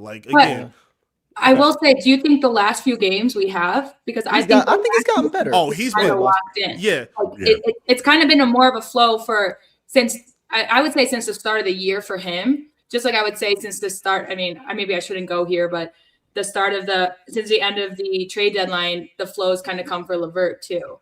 The flow, they're kind of being more in their own game. So I think the second half of the season might be a little better from Ausar because of maybe some of the expectations, what they were saying, he's developing a mid-range, he's developing an arch on his shot, he's developing all these things. So because when Ron makes his shots, they're flat, and I don't care. I don't care if you shoot the ball flat. Blaha calls it out every time. He does. Yeah. I hear him. He does. You're right. Yeah. You're right. There could be some truth to that. I'm not mad at that. I think he's, like I said, with the confidence being like that first step, is like going to be it for him, and especially over these last several games. And his defense has been so good. Like when people make these arguments, oh, his defense, a lot of that defense is channeling offense as well. But sometimes it's not always going to be that. Like Ben was able to kind of make up for that with his offensive flaws, where he was able to shut things down on the other end. And then he would still give you some production offensively too, where he wasn't even like Ben used to take those mid-range shots. They didn't look great, but he was confident at least trying to do it. Like Asar is looking around trying to get rid of the ball at times, and I just think that's the difference between the two. Okay. Yeah. Go ahead, King. Yeah, you got a difference in it. You brung it up at the perfect time because you got a difference in the type of players. We got Isaiah Stewart who's in the conversation of defensive player type of year. You don't even hear people mention Asar. You see what I'm saying? You have to be a player to shut down a game. Ben Wallace and that Pistons team were holding people to 65 points. Mm-hmm. You know what I'm saying? Dennis Rodman and the Bad Boys too. We're not doing that. We play weird. We're a top defensive team. We're in a different era. But when it comes to your own team, people hold Isaiah Stewart as a more I would say a higher candidate for defensive player of the year than they hold him. Now, let me ask you this real quick. Let me ask you this, and I'll come back to you, boss. I do feel like two. I've been critical of Asar, right? But it's offensively. But to his credit, I'm looking at games against the Knicks when he's guarding Jalen Brunson. That's compared to last year, holding him to 6 points on 4 for 20 from the field. I know that's Ron Howland too, but I'm like, okay, he's showing that maybe he can do what King is saying eventually, as far as being able to consistently take over a game defensively like a guy like Ben Wallace did. I think with Stu, he has more highlight plays. He's at the rim, like blocking everybody. Like we see Asar get a stop, but that's not going to be on ESPN.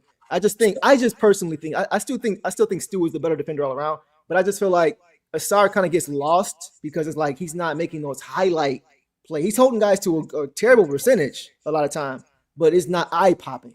So that's my only retort to what you're saying, King. I do agree with you. I just kind of think sometimes Asar's defense kind of gets lost because of how he does it. Well, position plays a part too. Go ahead, boss. Right. I just think again, it kind of goes over these last few games. Like I think Eric's points are true, King's points are true, everyone's points are true. But if we go to the second half of the season, these are all areas that he's improved. He had 20 steals over a span of 5 games. Crazy. Like that was just, and this was just these past 5 or 6. So I think if he keeps that up, the conversation continues because he was also just defensive player of the month. True. So I think, especially with Stu gone, we're going to need defense that's not at the rim. We're going to need stops before the ball gets to the rim. And so Asar could really step into that role, like Ron too. And I think that if he continues this, I mean, if he's continuing to get 3, 4, 5 steals a game for the rest of the regular season, then he shoots up that list. Yeah, he most definitely improved because he was having some foul issues for a little while this season. Yes. He was foul heavy. And now, like I say, he's getting those skills and he's able to keep himself on the floor. So yeah, he definitely can make some headway with Ben. I was about to call him Ben Wallace. With Isaiah Stewart out right Pretty now. much reincarnated. Right. Okay. Cool. Anything else on that, y'all? No. Did we leave it there? Okay. All right. So we talked about a little bit earlier. Let's talk about as far as how many wins Pistons going to come away with this year. We talked about it earlier. I know, King, you said 60. I think, Eric, you were at like 55. Boss, I think you were at 58. And King and I were at 60. So here's the thing. The Pistons have 29 games left. They would need to go 20-9 the rest of the way to get to 60 wins. And not that they care about this part, but the franchise record, as we know, is 64 games. And they need to go 24-5 to get there, which is a lot tougher. But let's check back in like we did last time. Are you guys taking the over or under now on 60 games about a month later from the last time we had this conversation? And I'll start with you, King. What you got? I already know where you're going. Yeah, I'm still sticking right where I was at. Okay. Yeah, but they're going to be tested. This is where you really start playing. You know what I'm saying? Yep. This is where stars are going to start playing. They're not going to sit out a lot of games. Right. So you have to really, really bring it. And our defense has to be at an all-time high the second half of the season. This is go time. And this is where I hold my measuring stick for guys like Cade, because Cade is going to have to take control of a lot of these games. Mm-hmm. We're getting ready to face some teams that we haven't seen. You know what I'm saying? We getting ready to go against the OKC. We haven't seen those guys. We got to go up against another, the Spurs and some of these Western Conference teams. It's time to see what we really are. Yeah. That's why I think it's a good question because it's about to get tough. Go ahead, boss. What you got? Yeah, I think I mentioned this with you when you first said. I think for me, it's just hard for me to picture us losing 10 games the second half of the season.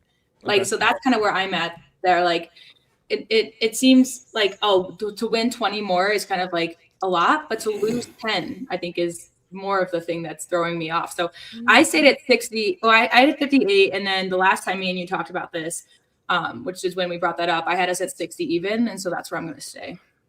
Okay. I love when E started pitching his chin and looking around. Because you about to come with something? I'm just looking around. I'm just trying to do some math real quick. Same thing you be doing, King. You be putting your head down and grabbing your forehead, bro. Go ahead, E. Look. Right. Listen. I'm gonna hover around 55 still. I think I'm still a little worried with some things in terms of their roster construction. Like this team is either the Pistons are either everybody's always healthy or it's 4 to 5 guys out at one time. And I think that's kind of worrisome just a little bit. I want to see how healthy they are kind of going into this home stretch with 29 games left. This is a pretty important stretch like everybody's been stressing. Tobias has missed a lot of time. Karis LeVert's been in and out a lot. K gets knick-knacked a lot with a lot of the, weight that he's carried. And hopefully, Duren and Stu can keep a level head, to kind of close out this last stretch as well. So for me, I'm going to just kind of temper it a little bit to 55 just on that alone. But I still do think that's going to be enough with this Eastern Conference because I'm not really sold on a lot of these other teams. I think Boston is kind of going to settle and fizzle down a little bit. I like what the Knicks did, but I still don't really fear them too much defensively. So at least on the interior. So I still think the Pistons will be just fine with maybe around 50, 58 wins to kind of close out of the number one spot. Okay. I ain't mad at that. I'm still right at 60, right there with you, King. Right on 60 on the nose. I can't go over under. I got him right on the nose. I know our schedule is going to be tough coming up. I'm not worried, man. We have the deepest team in the league. If you want to say the Thunder, okay, cool. I think there's going to be games coming up where this guy is playing the game and that guy gets the belt and this guy. I'm not really concerned. I think these games against the Spurs and the Thunder, I think we're going to win some of these games for sure. I wouldn't be surprised if we swept one of those teams out west, 2-0. I would not. It may be a hot take, but I'm really confident. Like once we get Stu back, I think we are going to roll. We are going to roll. That time off is going to help him. He was kind of laboring a little bit. Could have been a blessing to his guys. Yeah. Like I think we are going to absolutely roll as guys like Dennis Jenkins get more comfortable. Guys like Karis LeVert get hurt. I think we are going to surprise maybe even our fans with how well this team does second half of the year when we got all these teams coming up. They got to see us too. It ain't just about them see us. They got to see us. They got to play us. We got the best record in the league. We got the deepest team in the league. So I think we're really going to turn it up. I think how JB always said, you're going to see this team get better month to month as you get close to the playoffs. I think we're going to see that. I'm really confident this team is going to roll when Isaiah Stewart gets, and even before then, Paul Reed been balling. Paul Reed had 22 points, 5 boards, and 7 stocks last game. Yep. Like I'm not concerned, man. I think we're gonna be just fine. Go ahead, King. The only thing that concerns me is the performances I've seen against the teams who actually did play their star players. Okay, that's what's concerning to me, and it wasn't per se Cade. It was the coaches that were smart enough to double team Cade, and shut Duncan Robinson down. Yep. Okay. That's my biggest concern. That's why I was so upset during the trade deadline. Who did you want, bro? Was it somebody that was on your list? I just wanted somebody else that can put the basketball in the rim. Because, score? Like I said, just that situation alone, when you take Cade out the game, you take Duncan out the game, we struggle because the offense on the team in general, if it gets a little fidgety. Like these guys don't want to. It's a lot. Okay, if you notice how our offense runs, Cade pass the ball. We going through everything. If the guys ain't got no shot, guess where it ends up? Right back to K's hand. Yeah. Mm-hmm. Again, this is against the best teams that we've played so far. Right. And like I said, it's concerning of who's going to be the guy to step up and put the basketball in the bucket. Mm.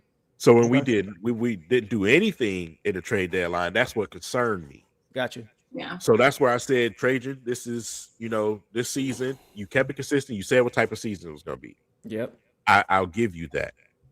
But when we start playing these good teams, this is where, like I said, I'm going to start measuring our Right. actual team and say, hey, okay, now we can score against these squads. You know what I'm saying? I don't want to see no performances like we did against the Clippers. Right. And you know what I'm saying? I want to The see Rockets. the at home. Rockets. You know All what I'm right. saying?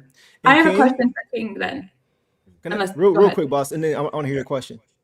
I think the same thing you're looking for is what Trajan Langdon is looking for, and that's why he didn't make any. I think he just wants to see what the glaring are. weaknesses are. Right, what Yeah. are we before we go get Exactly. something that we may not even need? Let's just see how we do in the playoffs. Can we win a playoff series? If we lose But first round, I can I see guarantee it in he's his going to face. be taking phone calls this offseason. Go ahead. I see it in E's face. E's listen. Let me say it. Let me say that. E's brain instantly went to this team up here. It's not You got football. Big King locked in, bro. It's Big football. King locked in. Football, bro. It's Trajan's second It's year. not with that us. different, though. Hold on, I don't wait. think it's as different. Go ahead, kid. Go ahead. Look, I do. as a Detroit fan in general, it's like, man, we've seen this picture before. We had an opportunity in the window while everybody was still building, and we didn't take it. Okay. Okay, wait. Boss. Let me. Oh, yeah, I Boss. want to. I'm saying, yeah, Okay, go ahead. first, I'm coming to you. I'll say my quick thought. Thank you. I'll say my quick thought on that is that the Lion. This is our window opening up. So Right. if you don't make moves next year in the off season, then I'm mad. That's where I'm at. That's where I'm at. But I do agree because I wanted someone better. I think that we could have gotten someone that could help us now and later. They could help us now and get traded in the offseason or stick with us. We could have gotten someone that could help us both ways. So I completely agree with you there. Maybe I'll wait to ask my question, but I guess if you want to ponder it, because it's just a debate that everyone's had. And if it was for offense, not defense, who would you want as our shooting guard coming off the bench? Herter, LeVert, or Sass? Right. We talked about that before. For me, it's Sass. Me too. Mm. It's flat out Sass. Herter to me is exactly who I said he was when he got here. He's the same player I saw in the Bulls when we kicked the Bulls' ass. Yep. He's no different. Yep. And when you look, I don't want Karis LeVert on the court, but I know he's Corey Joseph now, and he's going to be on the court. I love Corey Joseph. He did play it better. Go ahead, bro. Go ahead. Finish. So unless he wakes up, like I have been saying that, unless he wakes up in the second half of the season, because a lot of his games miss. You can miss me with that. Oh, he's injured crap. Those are rest games for him. This man has had an extensive injury career. Mm-hmm. Those are rest games. You know what I'm saying? The pinky. Other than the vertigo, game. because he did have vertigo the last. But yeah, but aside from that, I'm with you. Go ahead. Yeah. And you know, like I said, with him, if he could become a serviceable real veteran in his final push or in the playoffs, then I'll leave it alone. Got you. But the player that we've seen right now, my goodness. Why do you think? Because I think Deuce, correct me if I'm wrong, because I'm Team Sass. I've been Team Sass. I think Deuce is, what you've pointed out is that they don't want him on there, or that maybe Trajan doesn't want him because we're so defensive focused and he's small. Even though I think he can be like a TJ McConnell and pesky and steal, and he still has good perimeter defense, in my opinion. It's just guys shooting over him. It's not guys getting around him. But why do you think he's not an option, even though coming into this season in the preseason pressers, they were talking about how much Sass has become in the role? What do you think? It seemed like they were trying to try him at point guard at the beginning of the season, right? And that didn't go as well as we hoped. It's not that I don't think he's an option. I definitely think I don't know if he's a consistent option because of how it seems they want to run their offense. Why do you think Herter gets minutes over him even now? For that very reason. Because Kevin Herter is a system player. He moves without the basketball. He's a good passer. He's a good cutter. Like Marcus Sasser is a bona fide bucket, but it's like stand around and watch him do his thing for me. And I think that's kind of what happened with Jaden, as far as like they wanted more of a guy who's a system guy. Kevin Herter ain't no Jaden Ivey. But as far as what this team needs and what, to me, Herter is off the bench what Duncan does in the starting group. It's the same thing. Come off movement. And he's bigger, and he's a solid defender. And Sass is a pretty good defender for his size. He just can't make himself 6'4" or 6'5", right? He just can't make himself that. But I just think systematically, how he want to play, I don't know if that's what they want to run as far as with a guy like Sasser consistently, because he needs to have a point guard in the court. So who are you gonna go with? Danish Jenkins along with him? Now you got a small backcourt. Yeah, so it's like that's kind of what I would wonder about. Go ahead, Kane. When you trade a hometown kid like that in Ivy, you better play Herter. because it's like, Yeah. you traded you got to throw him out there. Yeah. So I agree. I think I it's going to agree. be LeVert that makes the 10-man lineup. You think so? I think I want it to be Sass, but I mean, again, like if LeVert, the problem with him the last few games has just been not making his threes. He was going like 0 for 3, 0 for 4 from threes, and he was hitting his mid range. He was getting to the rim. A couple missed layups, but Cade missed the dunk in the All-Star game in front of everybody. So, but I would want it to be Sass. Do you think that they'll continue to try Herter, or do you think that they will keep him now that the All-Star break is over, kind of keep his minutes low? Because I think he's just here for the contract to get rid of him in the offseason. That's why I think I think it's twofold. I think they want the option to be able to move him if it doesn't work out. I think they're hoping they can get Sacramento version Kevin Herter when he was playing well with them, when they was taking Golden State to 7 games when Golden State won the championship. I think they're hoping to get that guy, right? Yeah. Where he's knocking down shots, where he's moving well, he's playing good defense, making the right play. I don't know if we're gonna get it or not, but like King said, I mean, if you're gonna move on from a kid like Jaden Ivey, who we all love, it better be for something. So go ahead, D. I just think, kind of going back to what King was talking about with the Lions and people saying it's two different. Yes, it's two different sports, 2 different leagues, but I still don't think it's that different in some aspects. Looking at the Lions, we saw how the league changed when Michael Parsons got traded to the Packers. The Packers, that changed that whole division, and the Bears smelled blood as soon as that happened. Not as soon as it, because it took them a little while to get going, but the Lions went with the mindset that the Pistons have now. Now, granted, the Pistons do have more wiggle room to kind of say, let's just wait and see. The Lions, we've been saying the same thing. Yeah, they didn't. Yeah. They've been off of the clock to being able to say, oh, we'll just figure it out. We'll run back who we had before. Well, you're an idiot then if that's your plan. Yeah, Trajan, I think, has the ability to do that, but also see, like, pushback from like other fans talking about getting a guy like Cam Thomas would be a bad idea when you need basically what we're talking about now, that second score off of the bench to give you a little bit more of a push. And instead of it, again, Horner to me doesn't really do anything in terms of what they were doing. I think more so the Ivy move was more so of, we're not going to pay him in the future, so it does us better to get rid of him now than worrying about it down the line. So, but then again, also, and granted, I understand the Pistons are not going to move based on the accord of other people, but a lot of the other teams in the East are getting better. They're trying to aim for you right now, and y'all are just kind of going for, hey, we're just happy to be here. And while I understand it, it also could bite you in the ass. Like, knock on wood, what happens if Cade Cunningham gets hurt next year? Yeah. That hurts your ability to make one of those moves. Yeah, Halliburton's back. I think our move Tatum is back. But here's the thing, though, man. Like, the move is coming in the off season. This was an evaluation. I hope so. I hope you're right. I do. To me, whatever happens in the playoffs this year isn't Lions, Niners, and then we do nothing. It's not that. You know what I'm saying? Like, I think we're a year ahead of schedule. The fact that we're playing so well is why I think people are trying to push the acceleration button. Like, this is still an evaluation year. You know what I'm saying? Go ahead, E.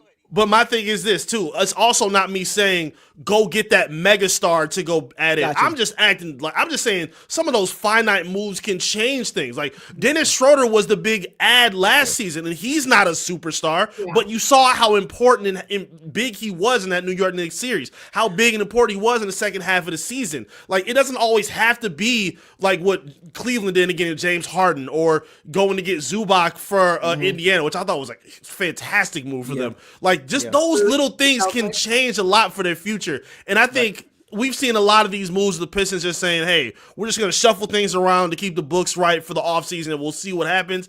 Like, all right, but hopefully that doesn't bite you in the ass with all this patience, because at a certain point, you're going to have to take advantage of prime Cade Cunningham, you know, in his best years. Because, again, if he gets hurt, that's a problem, and y'all aren't able to predict I have a quick theory, though.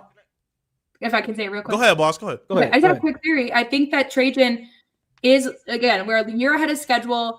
I don't think that the goal is obviously to get as far as we want and stuff, but in Trajan's mind, I don't think he's going to like blow the team up. Like, obviously we're not going to blow the team up if we don't make it to the finals or win the championship, you know, just a little bit ahead of schedule. I do agree with you that, again, we could have gotten someone to help us now and later. I think he knows what he can get in the offseason already. I think he knows, and I'm going to use Trey Murphy as an example. I'm not saying that that's exactly it, but obviously Joe Dumars is down there. These guys, you know, Trajan drafted him. There were conversations. Joe Dumars said Trey Murphy isn't available this deadline. He didn't say he's available. And again, this is just words. It could be no misconstrued. But I think Trajan knows what he can get. And so that's why he made certain moves now. But I do agree. Like I would prefer it even like a Najee Marshall who can, create his own baskets and stuff and, kind of stuff. But I think he knows. I think Trajan already has a foot on what's coming. I'm not mad at that. I think my thing is this with GMs and this Detroit thing. The thing that always made me mad about Brad Holmes is whenever he's challenged about not making moves, it's not ever with him. He's never saying, "Oh, I had this plan. This is what we wanted to do." It's always him arguing with the media, saying, "Well, why would you ask me if I need to get a deal? Why would you ask me if I have to do that?" Trajan is at least saying, "Hey, we have a plan. We're going to stick to it. It may not make sense right now, but we're being patient." He's not arguing with beat reporters and going at fans for wanting something different. Like that's the stuff that makes me mad about Brad. Like I hate seeing his contention with that, bro. That's a new song for Deuce. Mad about Brad. Yeah. Also, right. Also, Pistons aren't historically the worst franchise ever. Exactly. Exactly. So I'm probably sure the fans know a little bit more than you, Brad, because we've been here. Yeah. Exactly. Okay. I think that's a fair point, E. I think that my only thing that I would say with the Pistons that makes it different, because you made a good point. Other teams are getting better with Vucevic going to Boston, Zubac going to Indiana. Other teams getting better.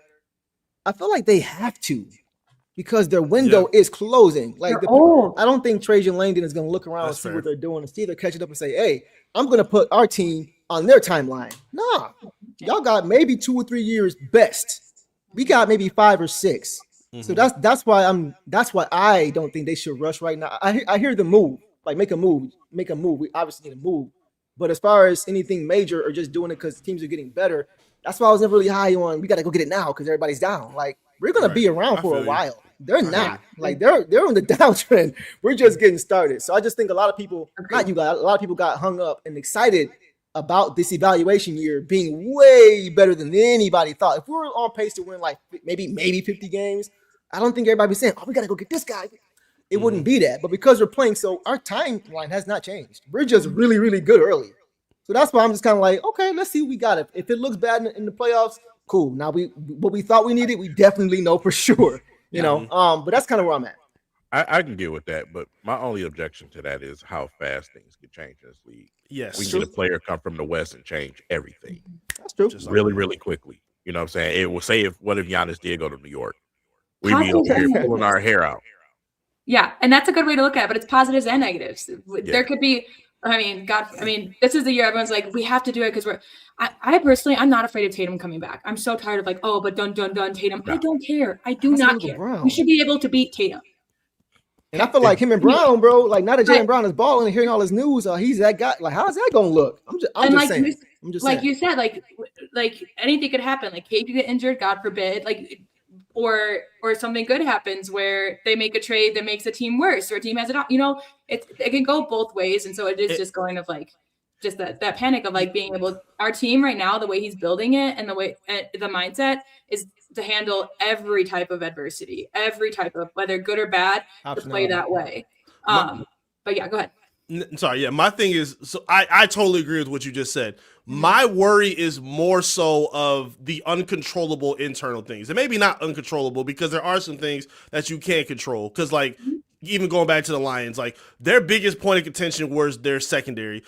If you look at every point on the Lions roster right now, outside of maybe wide receiver, you could argue that they have a hole or a point they need to address everywhere on that roster now based on last season. And 2 years ago, people would have said, this is the strongest or most talented roster in the NFL. And all it took was a couple injuries here, there, and now Brian Branch and Kirby Joseph, we don't know what's in store for those two right now. We don't know what's in store for Sam Laporta right now. So again, even if that could be the case, I just brought up what could happen possibly with someone like Cade. Like we're not seeing the progression yet with Asar Thompson. I think Jalen Duren has put a lot of rest to mind because his offense is taking a good jump, but there are some things that you're still waiting on with this team. So if those signs of progression are not there, and we're just kind of playing this, we'll wait and see type of game, it could bite you in the ass. Hopefully it doesn't, because I agree with Deuce's timeline, but that's in a perfect world, and some things could change, and hopefully that's not the case, but we'll see. That's Man, fair. I was really pushing, man. I'm already sick. Now you bringing up the Lions, man. I'm sorry, dog. I'm sorry, bro. There he I'm go with the sorry, forehead bro. grab, like I told you. I'm sorry, bro. It's like, bro, I just got depressed all over again. I swear, I'm so sick thinking about them. I really am. Because to me, their window is shut for them. If you ask me, I agree, bro. I shut. said the same thing. So I guess my next question is, what position do we go for in the draft? We could have number 20. Do we go for shooting guard? Depending on what the T-Wolves do, yeah. Somebody who can score. That's kind of where I'm at. They in a best player available situation. We got defense. Because that's kind of our weakest area. Okay. We just talked about it. It's like, do we pick, is it Levert or is it? That's a good question. Let me ask you this. Or power forward. That's another one. Right. Do you guys? It depends on how comfortable you guys feel with Duncan Robinson as a 2 next year. Are you guys comfortable based on what we've seen so far with Duncan Robinson going into next season as a starting 2 guard? I think that kind of determine. Go ahead. I think Duncan might be part of a package. You think so? Because it's 1 year guaranteed. Yeah. Okay. I think he might upgrade Jazz at that point. He's played great, but okay, I ain't mad. And then you have another shooter coming up behind him as a young fellow, so we'll see what he turns to next season. Chaz. That's what I was asking. That's what I was asking. Yeah. Exactly. Yeah, because like I said, my only thing with this squad this year, Duncan is our Beasley this year.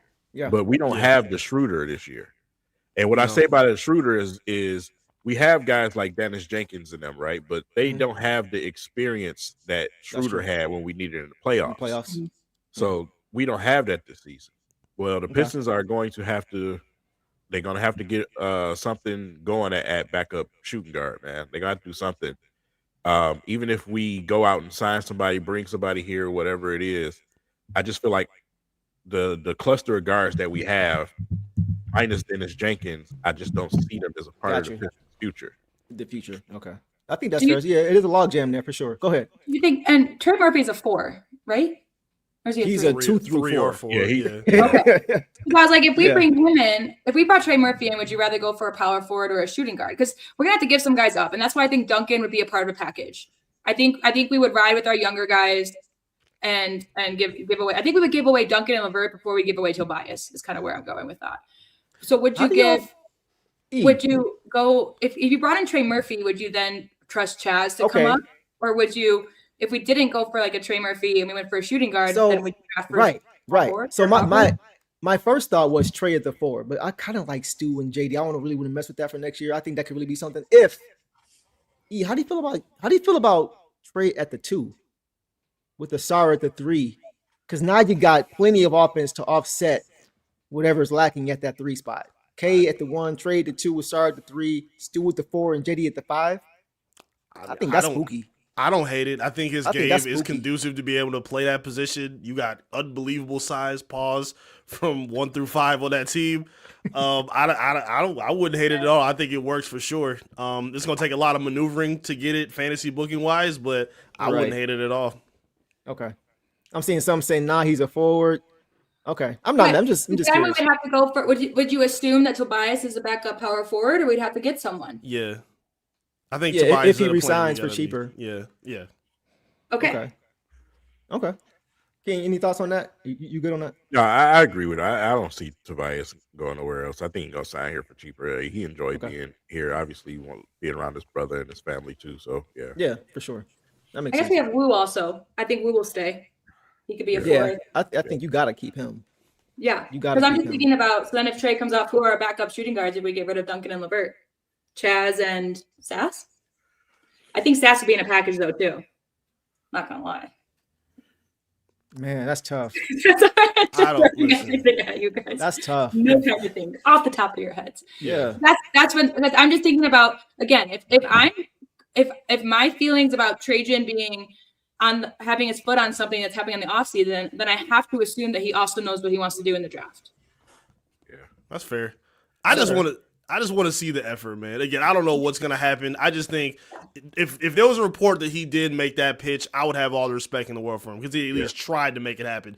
Instead of saying, we're cool, we're good, where we at. Or like, don't be Brad and don't pick the phone up. Just be sleep at the deadline for 2 straight years. Talk about Super Bowl windows don't close. Shut up. Like, yes, it does. Like I don't think Trajan is that naive. I think he understands that something needs to be moved. And for a guy like Trey, I don't look at anybody outside of maybe 2-3 bodies on this team. I don't look at a whole lot of these guys as untouchable pieces. And for a guy like Trey Murphy, you'll be fine. Dumars did say that he wants a Desmond Bain kind of thing, which was mostly picks and money. So I think if we went for Trey Murphy, it'd be 2 guys, potentially a vet and a young guy, because that's what Nola would need, and then picks. Got expiring contracts. Yeah. Yeah.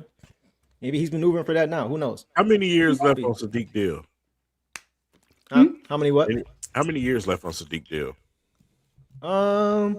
That's a good question. I'm not sure. You want to bring him here?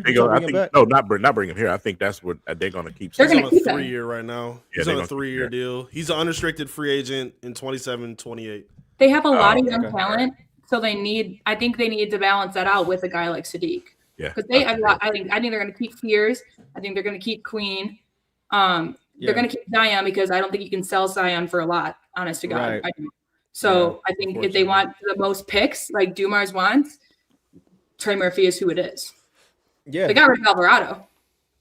Yeah, So we'll see. We'll see. It could get really interesting, man. I'm really looking forward to it. But I'm with you, E. Like if we fall short this year and then nothing happens next year, that's when I'm kind of like, all right, what we doing? What we doing? So I feel you on that. Yeah. All right, guys, let's go. I forgot about him. Joy Road. He's been hurt. I know. That's why I forgot about him. Wow. All right, guys, 2 more Pistons questions, and then we'll get out of here, man. We know the Pistons are ahead of schedule. Nobody saw them taking over first place 9 games into the year and holding on to it like they've done, which is insane. For me, personally, guys, if we win the playoff series this year and we push to the conference finals, to me, that's a good year, right? They can go further, of course, and I know maybe are expecting Eastern Conference finals. I understand that. But for me, it's all about just taking the next step. Take a step. But let's get greedy. Like I'm going to ask you guys this. In order for the Pistons to have to win the title this year, they have to do what? What would you guys say the Pistons have to do or not do for them to actually be able to go all the way? Because I'm sure some of them guys are saying, hey, we can win it all this year. You got Stephen A. Smith, they can win a chip. Obviously, he just, whatever. But what do you guys think needs to happen if the Pistons are going to be greedy, way ahead of schedule, even surpassing the rate of the Thunder like they did it when they were coming up, to go ahead and win the title? Or do you think it's not possible? To win the title? To win it all. What needs to happen for them to win it all? They would have to pay the officials. So you don't think? Okay, so you don't see it. You don't see it. Okay, it's not possible. Okay, here's my. I don't think we have enough firepower to deal with OKC if they go to the finals. Okay, that's where I'm at. I think we would have to start off. I think we need to do the whole thing. Like, we need to have great defense from start to finish, and we need to start off strong offensively. We can't. I was at the Nuggets Pistons game when Duncan and Jenkins. I think Duncan went 0 for 11 and Jenkins went 0 for 8. That can't happen in the playoffs. We need scoring with our defense. If we have I would say if we have 3 guys hitting double digit, like 15 or above, and defense, I think we got it.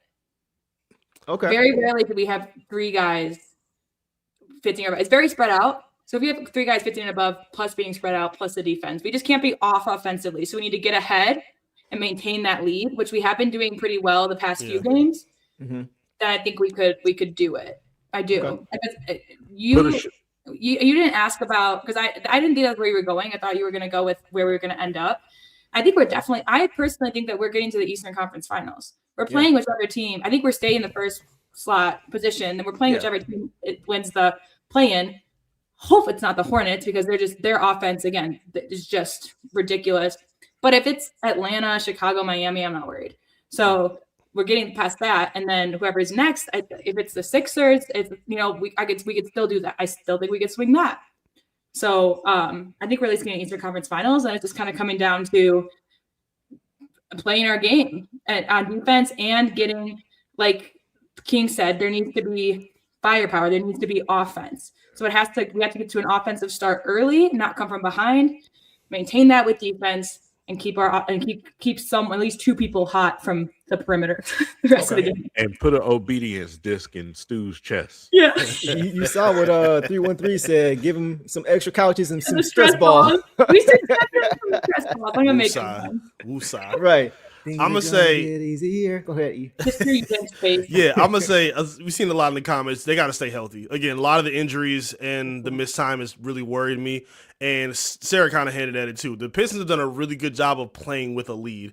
They've done a good job of being able to hawk some teams down, but a good chunk of their majority of success this season has been the ability to play with a lead.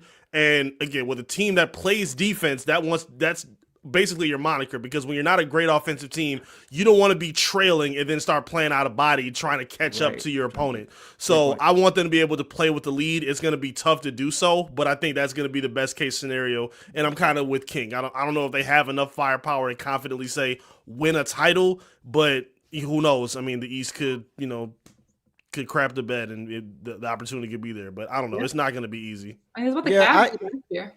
I agree. I agree with you guys. I think I won't say it's off the table completely. We've seen some strange things happen in sports, right? No one expected the Pacers. No one expected the Pacers in the finals. Right. They didn't. But even to win it would be even tougher. And they may have had he not gotten hurt. But I think you guys mentioned the firepower. I think there's a lot to be said for being there, having been there before. Having been there. And if you're getting to the finals, you're probably playing against the Thunder or you're probably playing against the Nuggets. The last 2 Western Conference teams to win the NBA championship. So I think it's a lot to ask to go from not winning a home game in your first playoff series to winning it all. Like that's a lot. That's a lot to ask. So I don't think that's even fair to ask that of them because they just haven't been there before. It's a lot to ask for, man. And I don't want to put it on these guys to say they gotta do this or bust. Like that's not fair.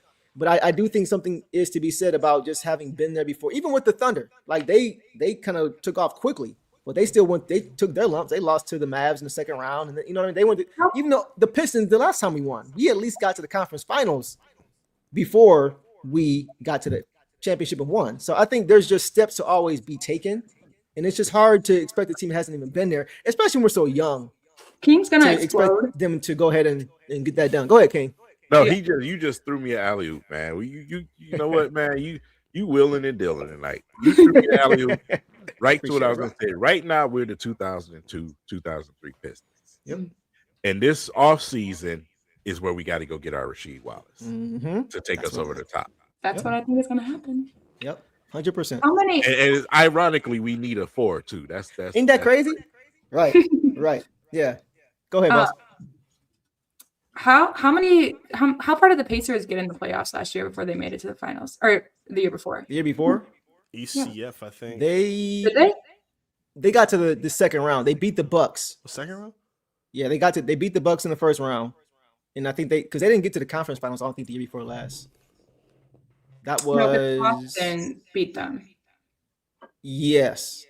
Yeah, I think they got to the second round. Finals? I'm just curious because maybe they did. I'm not sure. I'm just curious because they had a lot of people that also hadn't been that far. And again, like we made it this year. I think what I'm most excited for, of course, if we get to the finals, that's amazing. I also think that's why we didn't have to make a swing for the fences move because we've already talked about how it just would be incredible. It'd be a Cinderella story for us to go from 2 years out from being tied for the worst record ever to champions. But you're right, E. I hope we make it at least through the first round, and I think we can make it the second because then all these young guys do have it. They do have the experience now, to an extent. I mean, the longer you're in it, the more there is. But I mean, that's what they talked about last year too. Just after we lost to the Knicks, how grateful they were for that. And even that, I just have to remind people that even then.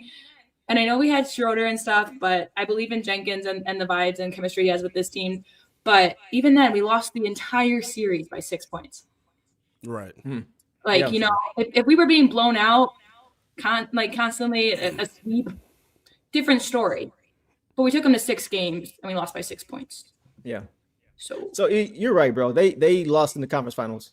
Okay. They lost to the Celtics in the conference finals. They beat the Knicks in the second round to get to the stuff. So you're right. Yeah. Okay. All right. I just want the last question, and then we are done. Second half of the year, who's going to be the Pistons player outside of Cade and JD? Who's going to be the Piston player, whether you want to say second half of the season or playoffs, that we are talking about when the season is over? Like, who's going to be that guy that takes that step second half of the year? Who's going to be that guy that takes that step on either end, second half of the year or in the playoffs? That I think people are coming away pleasantly surprised about, if anybody. Who's going to make the biggest jump? Hey, I was considering him. So. Okay. I think King trolling low key. No, I know he's trolling. That's why I said I'm considering. A lot of people are saying, let me see. We got Jenkins, we got Stu, Danis or Ron. If we had Stewart, it would been different. Danis or Herder. Ooh, Herder. Okay. I'm gonna go with Ron Holland. Okay. I don't think he's going to step up to the point to where we're talking about. I think he's going to show, though, significantly in the playoffs. And I think we're going to be like, man, Ron took a little jump. He took it to a next level. I don't really see none of these other guys offensively getting any better on the team. I think that's what we pretty much going to see out of these guys.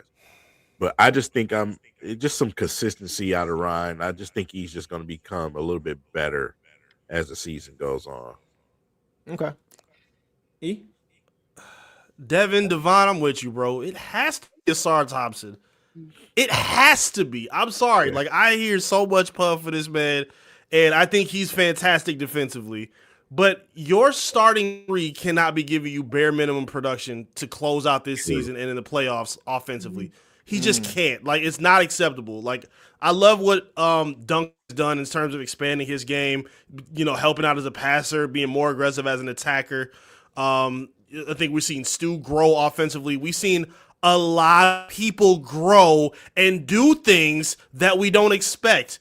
And I think if Duncan Robinson can give you a little bit defensively, your 6'7" small forward that's hyper athletic, I think should be expected to give you a little bit more and be that talk of the next best player outside of Cade and JD.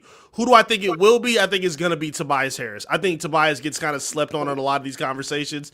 And I think with his offensive burst shown to be able to take double teams consistently, to be able to play out of the post, I think he's been a little bit more reliable in terms of being a stretch shooter as well.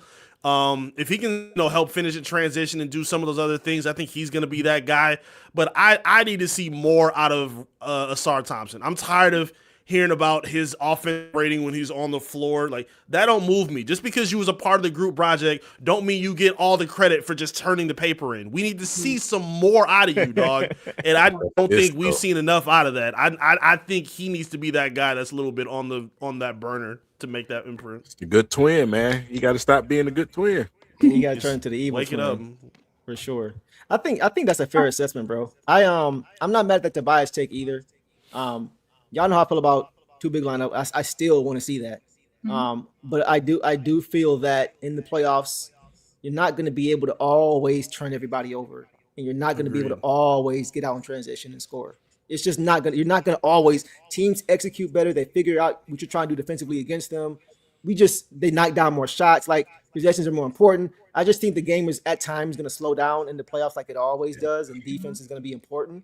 And I think in those situations, when you need to get a bucket and when they're trying to double Cade and he needs an outlet, Tobias Harris is going to do what he's kind of done all year in those close games when he's kind of say, hey, give me the ball, I'll get us a bucket.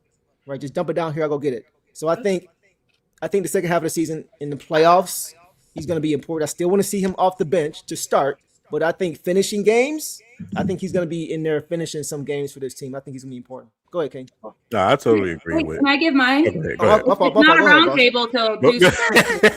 Go ahead, boss. Yeah. Well, Tobias was also mine, but Deuce wraps it up. I think Tobias's half-court offense will be crucial because the game slows down in the playoffs. I mean, Deuce and Eric summed it up for me because that's exactly where my head went. I also want to say that off the bench, I think Javonte Green will give some really valuable things. He doesn't get into foul trouble. He can make the clutch threes, and he can make blocks, good defense. I think when you put him in, he helps change the tone a little bit. So I think he will be someone that we'll call up to get the game back, to keep us in front, to get us back in there. That's kind of his job. And he's been the most consistent player for us, I believe, this entire season. But I mean, Deuce and I talk about this all the time, but my favorite thing about him is when I have to read his personal foul stat line, because it's usually 0 or 1. He doesn't foul. He doesn't foul. So, and that's just going to be huge with that. So I think I'll say Tobias, but to break away a little bit and give another name, I'm going to say Wu. Okay. Go ahead, King. I think the only thing with Joy Road Javante, man, we just got to keep him away from 3-point shooters at the end of the game. Because this guy, hits him. He's following people, man. At the end of the game, shoot 3-pointers. That was just Murray. That was just Jamal Murray. Yeah, that Denver game was there. That Denver game was crazy. But those fouls was crazy, bro. Yeah, those foul calls were insane, bro. Man, I couldn't see them. Breathed on him. I was under that basket. Like, come on, dog. I was under that basket. Bro? 2 of them? Couldn't see them. Both, yeah. I couldn't see them. And the whole crowd was just shocked. I mean, you probably seen the video, but you see me in the background cheering on when he misses the free throw. When he missed the free throw, that was hilarious. Even with Tobias, that's not even, that's Tobias. That's not surprising. That's, we know that's obvious. He's going to be. We talked about it the last show we did, how we seen Cade give him the ball at the end of the game and say, "Hey man, go get us a bucket." Yep. You know what I'm saying? So he also starts the scoring for us usually. Yeah. If it's not Duren, it's Tobias. Right, exactly. So, like I said, he has to. If you kept him on this team, he has to be the third guy. He has to. Mm-hmm. And like I said, when we talking about guys that can go and get their own bucket, like I said, it's not too many of those on this team. Mm-hmm. So that's why I said, hopefully, if there's a player that outside of the obvious guys like Tobias and hopefully, we see another notch from Ron Holland by the end of the season. Yeah. Hopefully, because I've noticed before he's missed these last couple of games, he's been aggressive, doing things all year, but he's been very, very aggressive in attacking the basket. And that's one of the things that at the beginning of the season I wanted him to do. Mm-hmm. Yeah. You know what I'm saying? So hopefully he can continue to do that, man. Like I said, 3-point shoot, fine, I'll take it. Whatever you make one, you miss one, whatever. Right. But keep attacking that basket. Use your athleticism, unlike Asar. And this thing, Asar is a mental thing for Asar. Mm-hmm. He has to have the mentality. You're the most athletic person in the entire gym. We always talk about Ron Holland. No, Asar's the most athletic player on this team. Yeah. Even LeBron said that. Easy. Yeah. There's no reason you're not coming down the lane, putting your foot in people's mouth. Mm-hmm. That's a mentality thing, man. So, like I said, he got to stop being Mr. Nice Guy. When you go on a fast break and you got a wide open dunk, quit that little tossing the ball. Go up there and do a windmill or something. Draw a foul. And then look at the bitch and say, you know what I'm saying? That's what we need out of him. Be angry, stuck man. in the paint. Body slam Tyler Hero. Yeah, stop being stuck in the paint, Scout. trying to make cute passes, man. I'm tired of that out of him. Like, but he has been doing better. Yeah, he's taking. You know what? We though? got to see the consistency. To keep it up is what we want from him. Is to keep it up. Stat games, like JB says. Yes. In order, I think, for him to be able to do some of those things you guys are saying that I think he does need to do, he's got to develop some kind of consistent jump shot somewhere, mid-range, something to open. Because when he catches the ball, they're under the hoop. Yep. They're waiting for him to come into the. So it's like, he's at the foul line every time. Yeah, and it's not his fault. It's just he's catching the ball late in the shot clock, and they're leaving him open because he's not a shooter. So I think if he can develop some semblance of a consistent shot from somewhere, make him have to move, like Eric says. Make him have to move. Make him have to react to you. Make him have to close out just a little bit. All you need is a small closeout for Asar because he'll get right by you. Just work on something so that way he's not always having to barrel his way to the rim where they're waiting for him. You know what I mean? And this offseason, I want him to work on some type of floater or jump hook shot. Yes. Or that. Right. Okay. Yeah. Would be good. Yeah. I was arguing with a Knicks fan earlier about that. Like, people was talking about Cade's 3-point jump shot is a weakness and a flaw. I don't think it's a weakness or a flaw. It's a bad shot because he's not making it as often as he should, but defense is still respected. When Cade has a 3-pointer and he's out on the perimeter, they make a point to contest it every time. They don't even respect Asar on the outside. Oh, you got that? Are you there? Psh, okay, we cool. You're not coming in here. We know that much. So that's the difference between that being an area of improvement and a weakness, and he has to change that. I wanted to see it by this year, but we'll see as next year approaches. Like we've all mentioned, King too, with just it slowing down and wanting some offense. Like he's the guy you don't want to have the ball in his hands with 5 seconds left on the shot clock because he can't first of all, I think he freezes a little bit and can't make the right decision. Second of all, like he's not going to feel confident in his shot. I do agree that his Middy has looked a little better. Again, he's looked a little better. So as long as he, like Eric said, stack games, but then still, like King said, a little bit more aggressiveness. You can do it. And so maybe, and someone did mention in the comments too, that maybe he doesn't drive because he is worried about missing it and getting fouled, and he's not confident in his free throws. But you only get better the more you take them. So it's just like I'd rather him miss 2 free throws and have the chance for an offensive rebound than just not make the shot or make the bad pass. So yeah, I do. But the slowdown in the game. Since February started, he hasn't had one game where he's taking double-digit shots.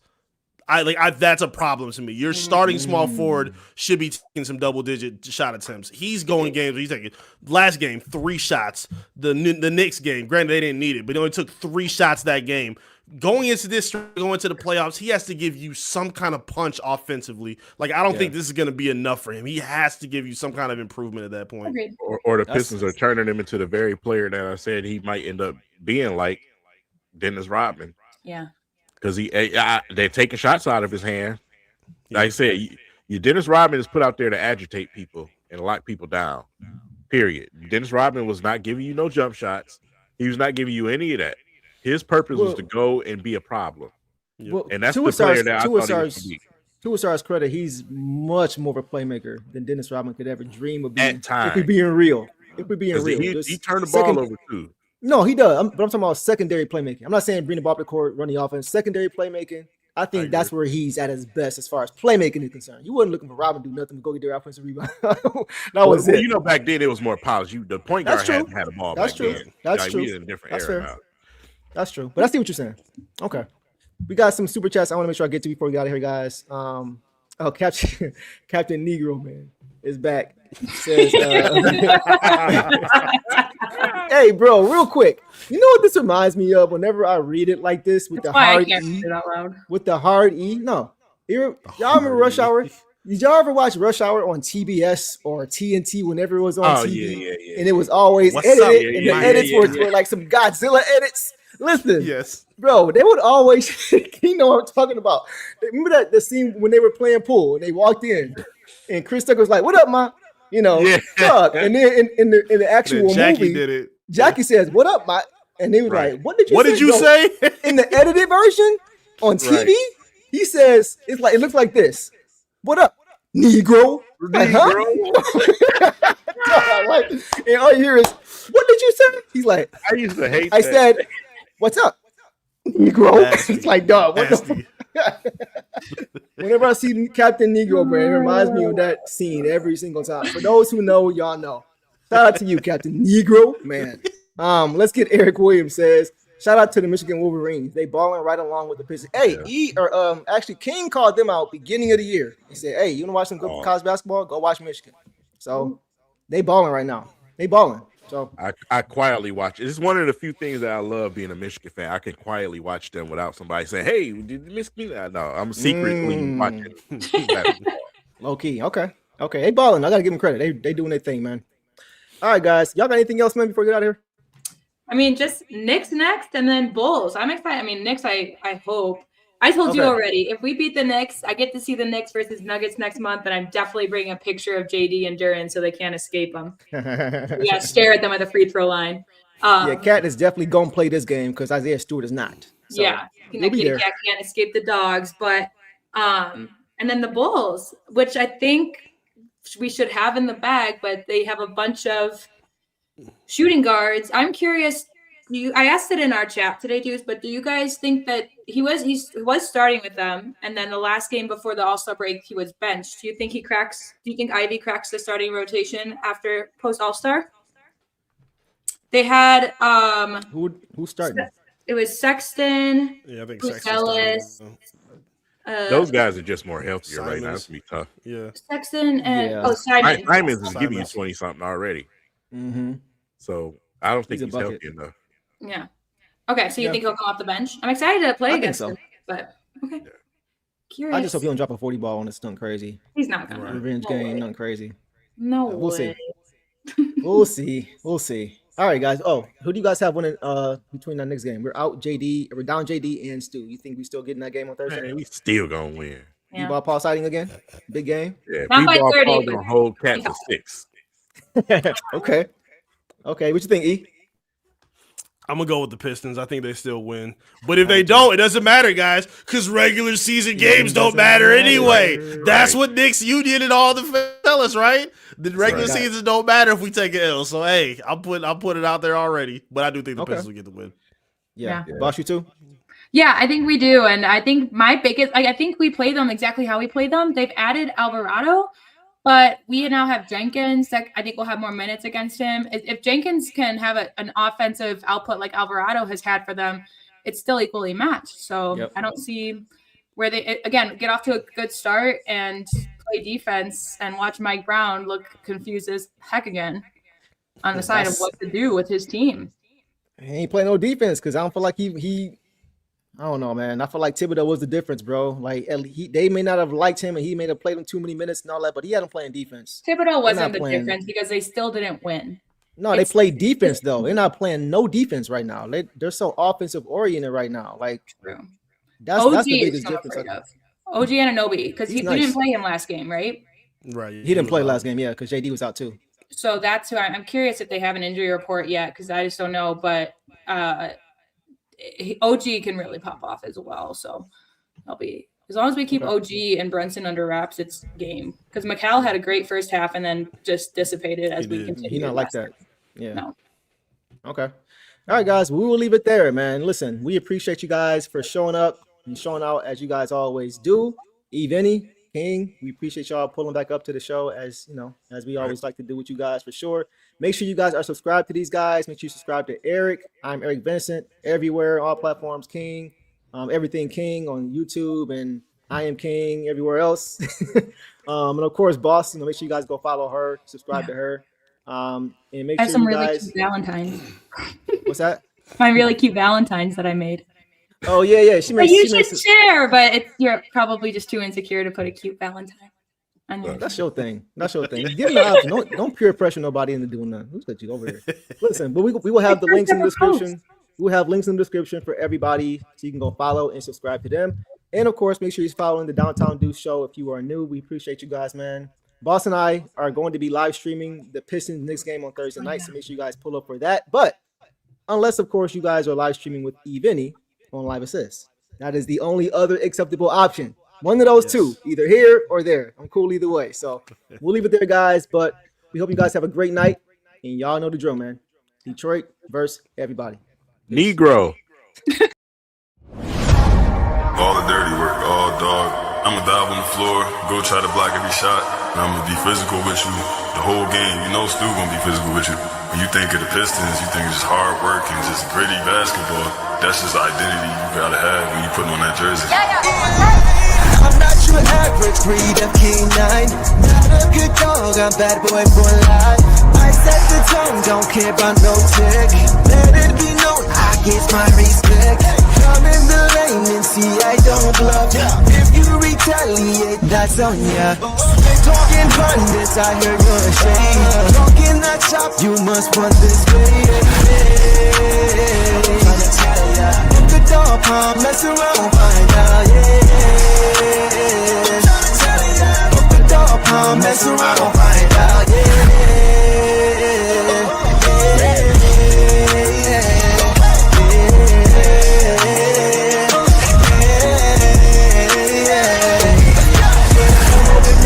For some barbecue sauce, boy, you better crop a hill, cause I'm like that. When you're ready for some barbecue sauce, boy, you better crop a hill, cause I'm like that.